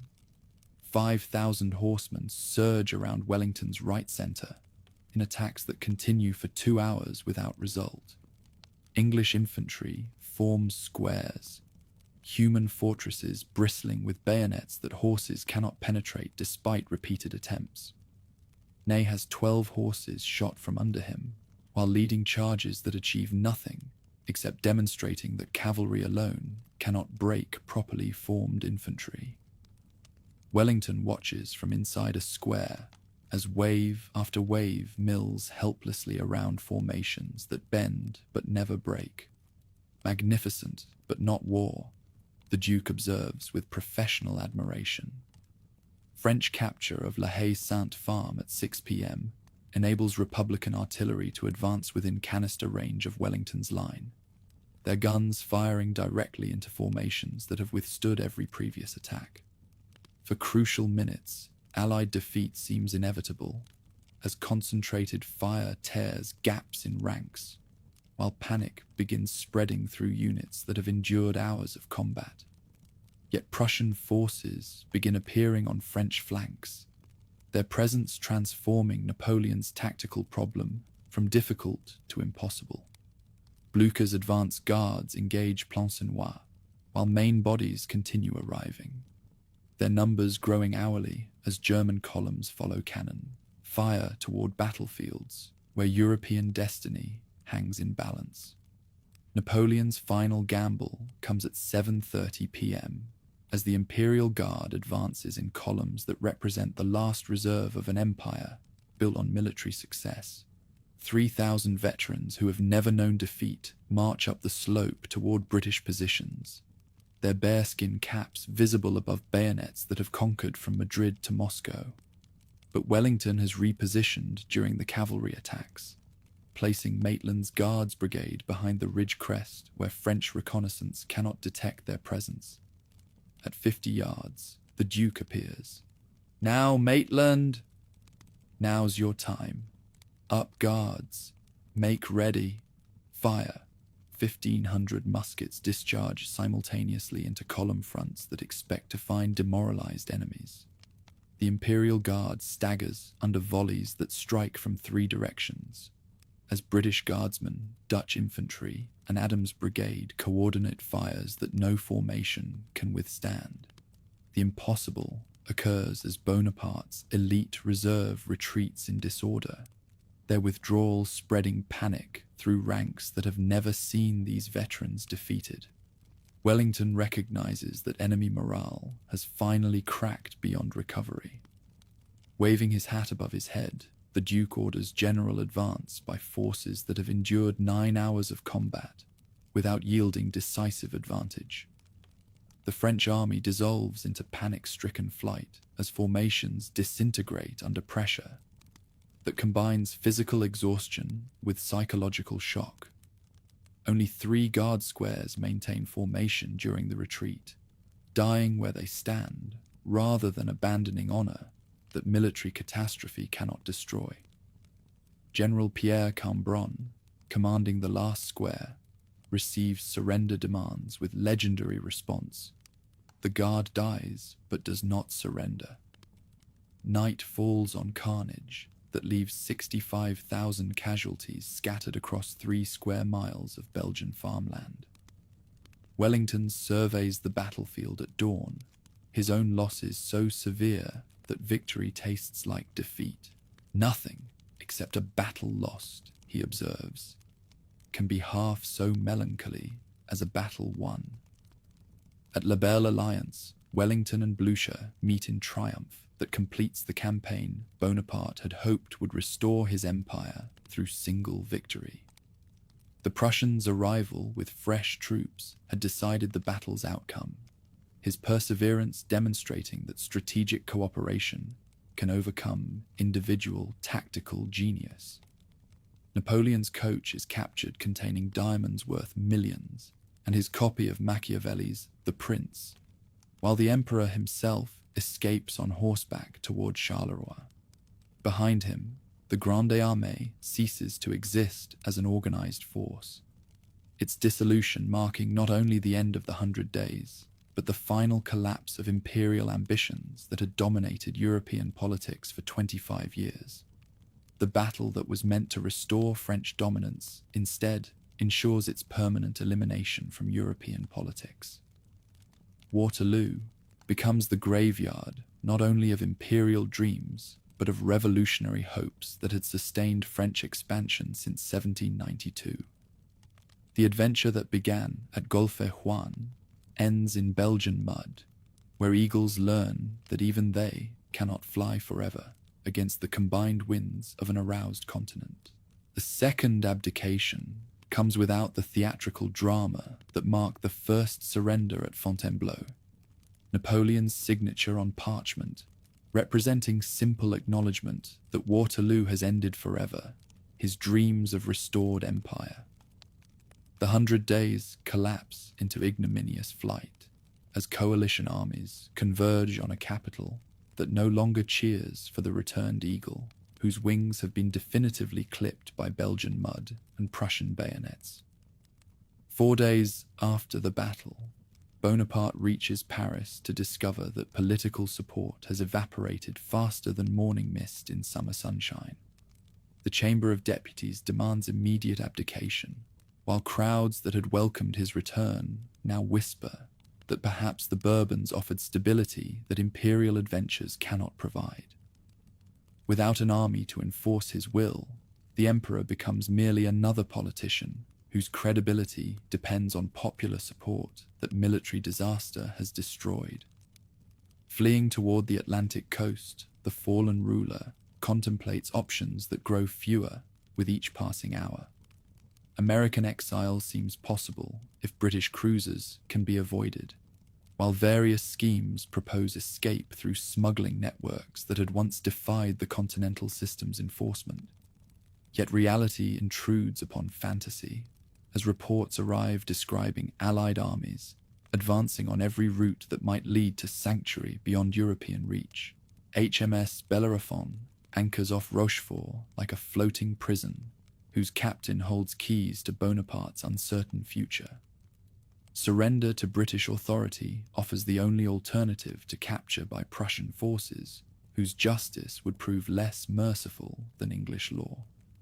I come to throw myself upon the protection of your laws, Napoleon declares to Captain Frederick Maitland, still imagining that liberal principles might permit comfortable retirement in English countryside, where he could write memoirs and offer advice to governments that once feared his power. British government calculations prove less generous than their prisoners' optimism suggests possible. Napoleon's presence in England would attract radical sympathizers whose enthusiasm might threaten domestic tranquility, while his proximity to European politics could inspire fresh conspiracies among populations that have not forgotten the glory his name once represented. The solution requires distance measured in thousands rather than hundreds of miles, isolation that prevents any possibility of renewed influence over continental affairs. The announcement strikes like physical blow when officials inform their captive that St. Helena will provide his permanent residence. The volcanic island rises from South Atlantic waters, 1,200 miles from the nearest land, its position ensuring that escape becomes impossible without resources that no conspiracy could provide. Portuguese navigators discovered this rocky speck 3 centuries earlier, yet it remains unknown to most Europeans who have never had reason to study maps of waters so remote from civilized society. After a 10-week voyage aboard HMS Northumberland, the island prison appears on the horizon like a black fortress designed by Providence to confine dangerous ambitions within natural boundaries that human guards could never maintain so effectively. Cliffs rise sheer from ocean depths, while a single road winds upward through valleys where British sentries watch every approach to the Highland Plateau that will contain the most closely guarded prisoner in world history. Longwood House becomes the center of a universe reduced from continental empire to domestic routine, managed by servants who remember when their master's orders reshaped European civilization. The dwelling itself reflects British parsimony rather than imperial dignity. Damp rooms with peeling wallpaper, furniture that breaks under normal use, gardens where Atlantic winds destroy every plant that attempts to grow in soil too poor to sustain anything except the hardiest vegetation. Governor Hudson Lowe embodies petty tyranny that transforms imprisonment into personal torment through systematic application of regulations designed to demonstrate that fallen emperors deserve no more courtesy than common criminals. The colonial administrator insists on calling his prisoner General Bonaparte, rather than acknowledging imperial titles that British policy refuses to recognize, while restricting movements beyond arbitrary boundaries that serve no security purpose except humiliating a man who once commanded from Madrid to Moscow. From his study overlooking valleys, where British soldiers drill in formations borrowed from tactics that Wellington perfected during peninsular campaigns, Bonaparte dictates memoirs that will reshape European understanding of the revolutionary wars that dominated a generation's experience. His accounts transform every defeat into strategic necessity, while portraying every harsh measure as reluctant response to circumstances beyond any ruler's control. The man who had manipulated European politics now manipulates historical memory with equal skill. Daily routine provides structure for minds threatened by the tedium of comfortable imprisonment among people who speak a language the exile never learned fluently. Morning dictation to secretaries who struggle to record thoughts that flow faster than pens can capture them, followed by meals where imperial etiquette maintains dignity that circumstances constantly undermine. Afternoons bring walks within boundaries that centuries enforce with military precision, while evenings offer conversations with companions whose company grows stale through repetition. The legend grows stronger in exile than it ever was during years of actual power, as accounts published in European capitals present Bonaparte as martyred genius, whose greatness was destroyed by enemies too small to comprehend the vision that might have united the continent under enlightened leadership. The Memorial of St. Helena becomes continental bestseller, while its author remains confined to an island whose population barely exceeds a single regiment's strength. Las Cases, the most literary of the exile's companions, publishes conversations that portray their subject as philosopher king, whose military achievements were merely means to achieve lasting peace through European federation. These romanticized accounts ignore the millions who died in wars that served primarily to satisfy one man's ambition, yet they capture imaginations hungry for heroes, whose stature transcends ordinary political calculation. Physical decline accompanies intellectual productivity as the prisoner's health deteriorates under conditions that combine tropical climate with persistent dampness that penetrates buildings designed for temporary occupation rather than permanent residence. Stomach ailments that may represent cancer or arsenic poisoning. Historians still debate the cause, create constant discomfort that transforms simple activities into ordeals of endurance. Years pass with mechanical regularity as the exile's world contracts from rooms to bed, from daily walks to occasional movements between chair and window, from dictated memoirs to whispered conversations with servants who have remained loyal through circumstances that would excuse any abandonment. The man who once traveled from Paris to Moscow now measures distances in steps between furniture pieces that represent the boundaries of his shrinking universe. Visitors who brave Atlantic voyages to glimpse the caged eagle discover a middle-aged man whose corpulence and pallor reflect years of inactivity, yet whose conversation still displays the intellectual energy that once mesmerized diplomats and generals. European celebrities make pilgrimages to Longwood House, their accounts describing encounters with living history, whose legend has already exceeded the reality of his actual achievements. The end approaches with symptoms that puzzle doctors, whose remedies seem inadequate for ailments that resist conventional treatment. Stomach pain increases while appetite disappears. Weight loss becomes visible, even through clothes designed to conceal physical deterioration. An energy that once sustained 18-hour workdays now barely supports brief conversations with attendants who watch their master fade like candlelight, guttering in Atlantic winds. His final words remain disputed by witnesses whose accounts reflect their own needs more than historical accuracy.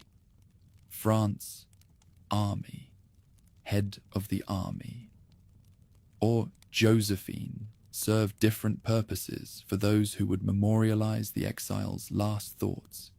Yet all agree that death comes quietly on an afternoon when South Atlantic storms batter the island with rain that drums against windows like bullets striking glass. The funeral combines imperial ceremony with colonial practicality, as British officials permit honors due to fallen greatness while maintaining security precautions that prevent any demonstration of political sympathy. Local residents who had grown accustomed to their famous prisoner gather at graveside where willows planted by the exile's own hands provide shade for marble headstone, whose inscription lists neither birth nor death dates, only the single word Napoleon that requires no further identification. Burial in island soil that will hold his remains for 19 years provides time for European passions to cool, while his legend continues growing through publications that transform the man into myth suitable for inspiring future generations. The rocky grave becomes pilgrimage destination for visitors who cross oceans to pay respects at the tomb of someone whose name epitomizes both revolutionary possibility and imperial excess. When King Louis-Philippe orders the return of the ashes in 1840, political calculation combines with genuine sentiment to create national celebration that transforms former enemy into French patrimony, worthy of monuments and commemorative ceremonies. 1 million Parisians line December streets to witness procession that carries the exile's remains toward tomb in Les Invalides, where visitors can still contemplate the career that began with artillery tables and ended in Atlantic isolation. The sarcophagus of red porphyry that holds his remains reflects ambitions whose scale matched their ultimate failure, while the circular crypt that surrounds it suggests both grandeur and confinement, appropriate for a life that spanned triumph and catastrophe with equal intensity. Tourists who descend marble steps to view the tomb encounter history made tangible, the physical presence of mortality that even genius cannot transcend. St. Helena's role as prison ended when its most famous resident died, yet the island's significance in European memory continues as symbol of how completely fortune can reverse the seemingly permanent achievements that ambitious men create through force and intelligence. The Atlantic rock that seemed like world's end to its imperial prisoner became the launching point for legends that prove more durable than any territorial conquest that armies might achieve through battlefield success.